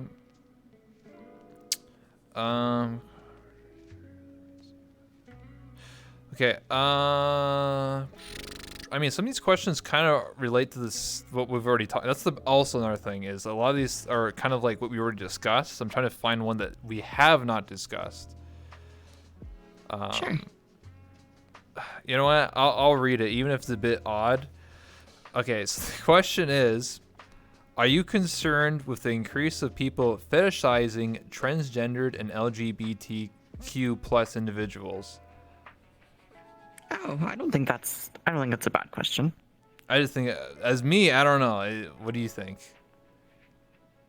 I think fetishizing is always kind of coupled with the term chaser. I think in trans circles, people who only really want to date trans people, but not because they're a woman, but because they're trans, or they have certain elements about them that make them seem, whatever the term, whatever you want to call it. And when I used to work at a coffee shop, it was a coffee shop in a hospital, and I was doing my job, all this stuff was running, and I got an Instagram message actually very randomly, and it was from this doctor or somebody who I had seen before and had like just casually served coffee to, and he was like, "Hey, I just let you know you're beautiful. I love the fact that you're like out and it's so cool. Would you like to go on a date with me?" And I was like, absolutely. Just, stop by tomorrow and invite me. I think it's kind of interesting that you're doing this here. And he goes, well, I'd rather be a bit more discreet about this whole process. And at that, I was like, discreet? Like, what are you talking about? And I didn't really approach it any further than that. I kind of just like understood that he was like really like not wanting to associate himself at all with me, but still really wanted to take me on a secret date or something like that. And I was just very like made uncomfortable with that.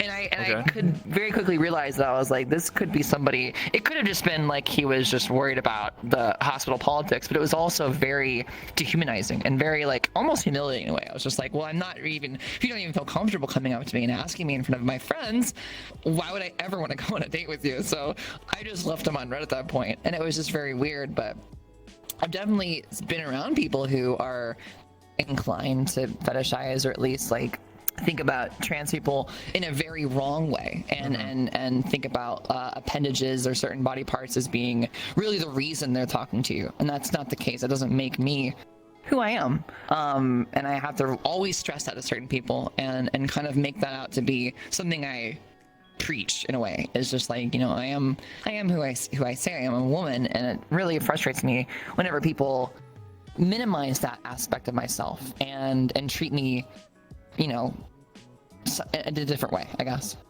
it's not how I want to be treated. Well said. Yeah, yeah, same kind of things I think are like you wanna date someone because of who they are, not because of whatever it might be, specific fetishized characteristics. I don't think there's anything wrong with finding something hot, like, saying, oh, I think the fact that she has this or that genitalia like is hot to me. I don't think there's anything that's necessarily wrong with that.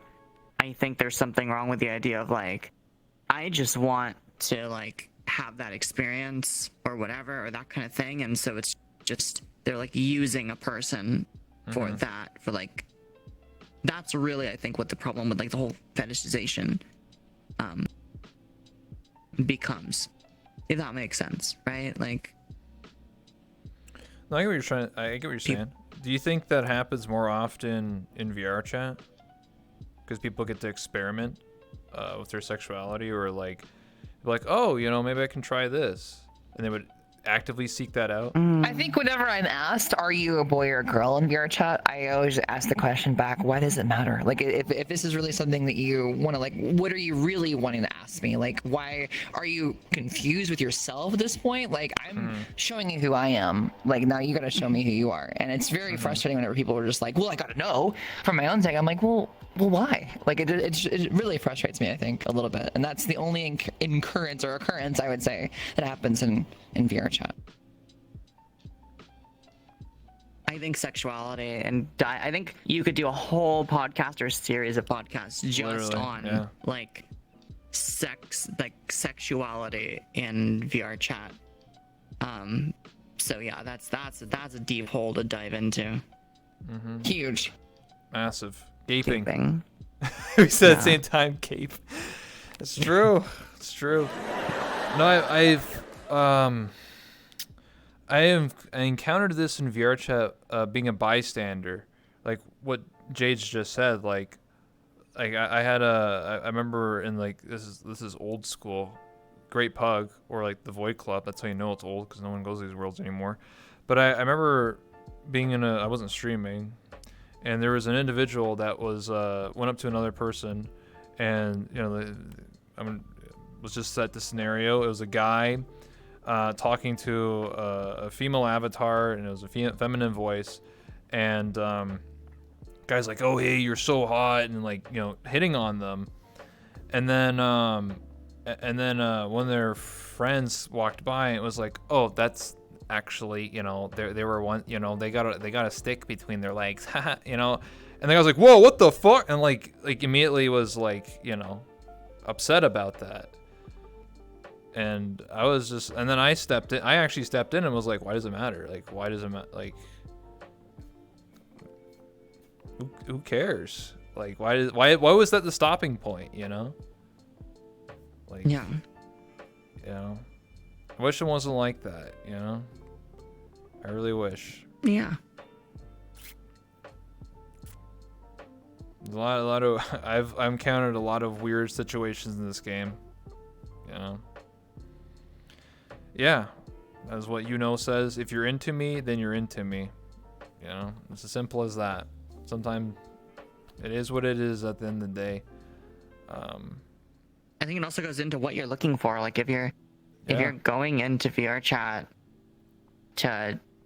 if you're looking for a hookup in VR chat, like you're in VR chat. Like I don't know what to say. You know what I mean? Like it's not. There's a lot that isn't necessarily going to matter, and if genitalia or gender, things like that, is like really, really a big issue for you, I don't know if you're ready to look for hookups in VR chat, because it's it's back to Fortnite. Exactly. Go back to Fortnite. Go back to COD. Anyway, I think we'll take one more. Is everyone okay with that? We'll take just one more question and wrap up. Yeah. Okay. Sounds good. All right. Whoa. Bye-bye. Have a good time. Let me see here.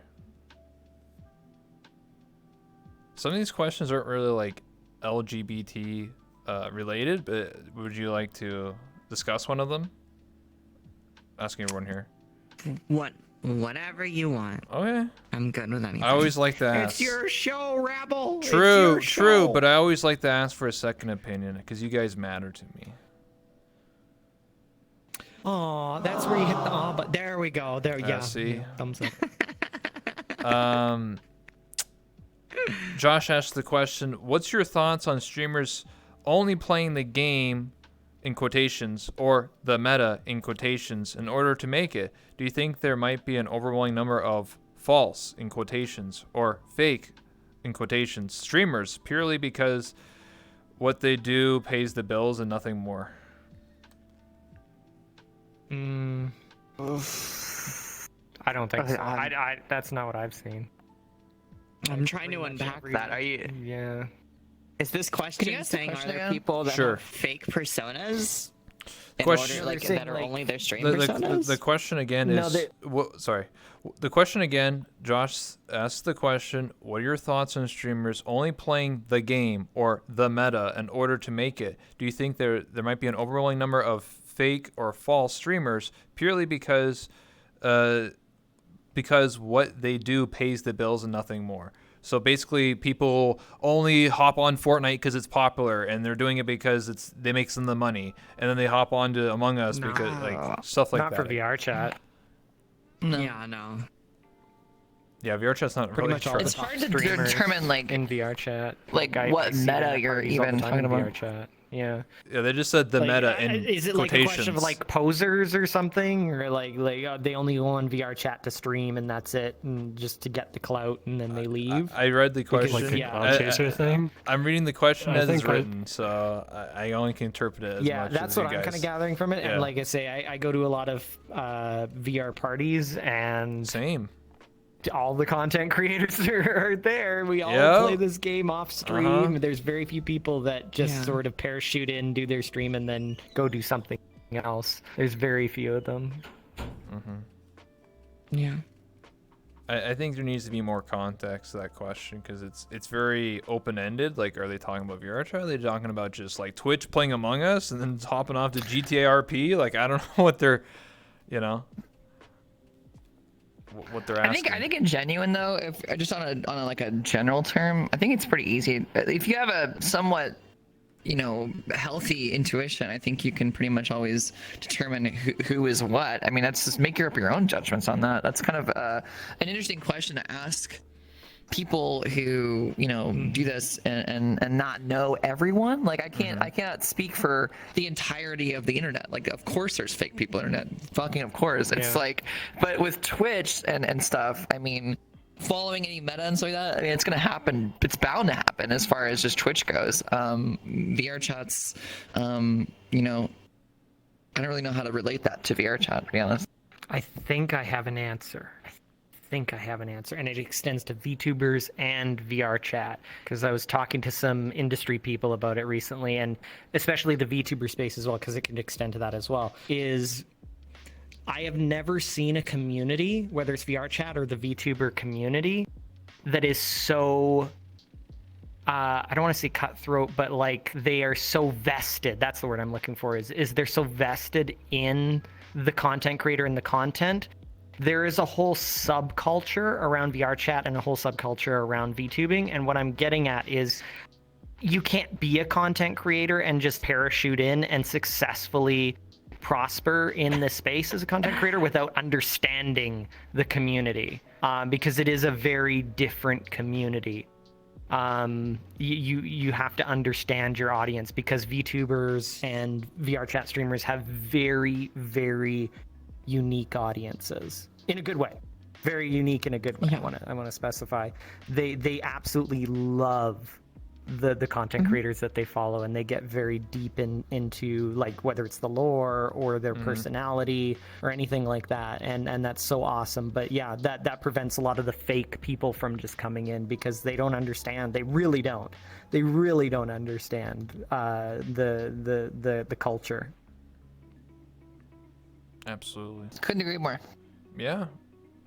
I think I can understand it, because I played VR chat 4 years ago when the game was literally in the number 5 for all of Twitch, when the game had 100,000 people watching. So there's definitely was people that were like completely unrelated to VR chat, like IRL, like hot tub streamers, you know, randomly playing VR chat. Like you could definitely tell, like they just saw, oh, popular game, I'm just gonna jump in that, and like they didn't understand anything, and then they just quit after like a day or two and went back to whatever the hell they were doing before. But yeah, that's what I just saw like 4 years ago, and I was someone that stuck around for 4 years. So anyway, I think we'll wrap up here, because it's been like 2 hours and like 40 minutes. Obviously we had some issues with VR chat dying, me dying, big bazongas, you know, it is what it is. But that's the trigger word. Yeah. That just blows up the stream. Anyway, if everybody here one by one wants to give me closing statements, remarks, conclusion, talk about like, hey, I'm going to be streaming tomorrow, or anything you want to announce or say, this is the time to do so. Starting with I'm gay. Amen. Wait, what? Wait, what? Wait, where am I? Clip it, ship it, trending. I'm sorry. Yeah, thank you for having me. This was a ton of fun. Yeah, you want to catch me on my stream? I'd stream on weeknights and weekends in the afternoons, and kind of whenever I want to. I'm sure there'll probably be a link somewhere in the stream, so yeah, that guy's got it. Yeah. Come check me out if you want to see more, and make sure you check out everyone, because this couch is full of wonderful people. I'm not sitting at the couch. I'm gay. Go ahead. So I totally agree with that statement. I'm also gay. Yeah, I am. I love that for and me. If you want to catch me live, I stream on twitch.tv/murdercrumpet. I'm a pretty popular streamer, so thank you guys for watching. I really appreciate that. Oh, what's up, Murder? I know you're here the whole time. Johnny? Yeah, well, I'm a stinky wolf boy. What else can I say? It's been an honor to be here with amazingly beautiful people for the last few hours, and go check You're them pretty out. cute too, Go Johnny. check them out. I've seen your IRL picture. Okay, I know what you look like IRL. Whoa. I've seen it too. Yeah, just Google that TFMJonny face reveal. Yeah. Anyways, yeah. Thank you for having us, Rebel. Thank you very much. Of course. I'm happy that we got to do this. I'm really excited that this was a thing, and I'm looking forward to doing more of this type of stuff in the future. If anyone here or anybody else watching is interested in stuff, a reminder, twitch.tv/ThatOneRebel. I stream almost every day. I try to, at least. I do interviews once a week, hopefully. And if you guys enjoy this type of podcast, we'll do more. Or maybe we'll go into like what we said earlier about like very specific podcasts about very specific subjects and things like that. Again, shout out to Murder Crumpet. Shout out to Marina and TFMJonny. Hope you guys enjoy the show tonight.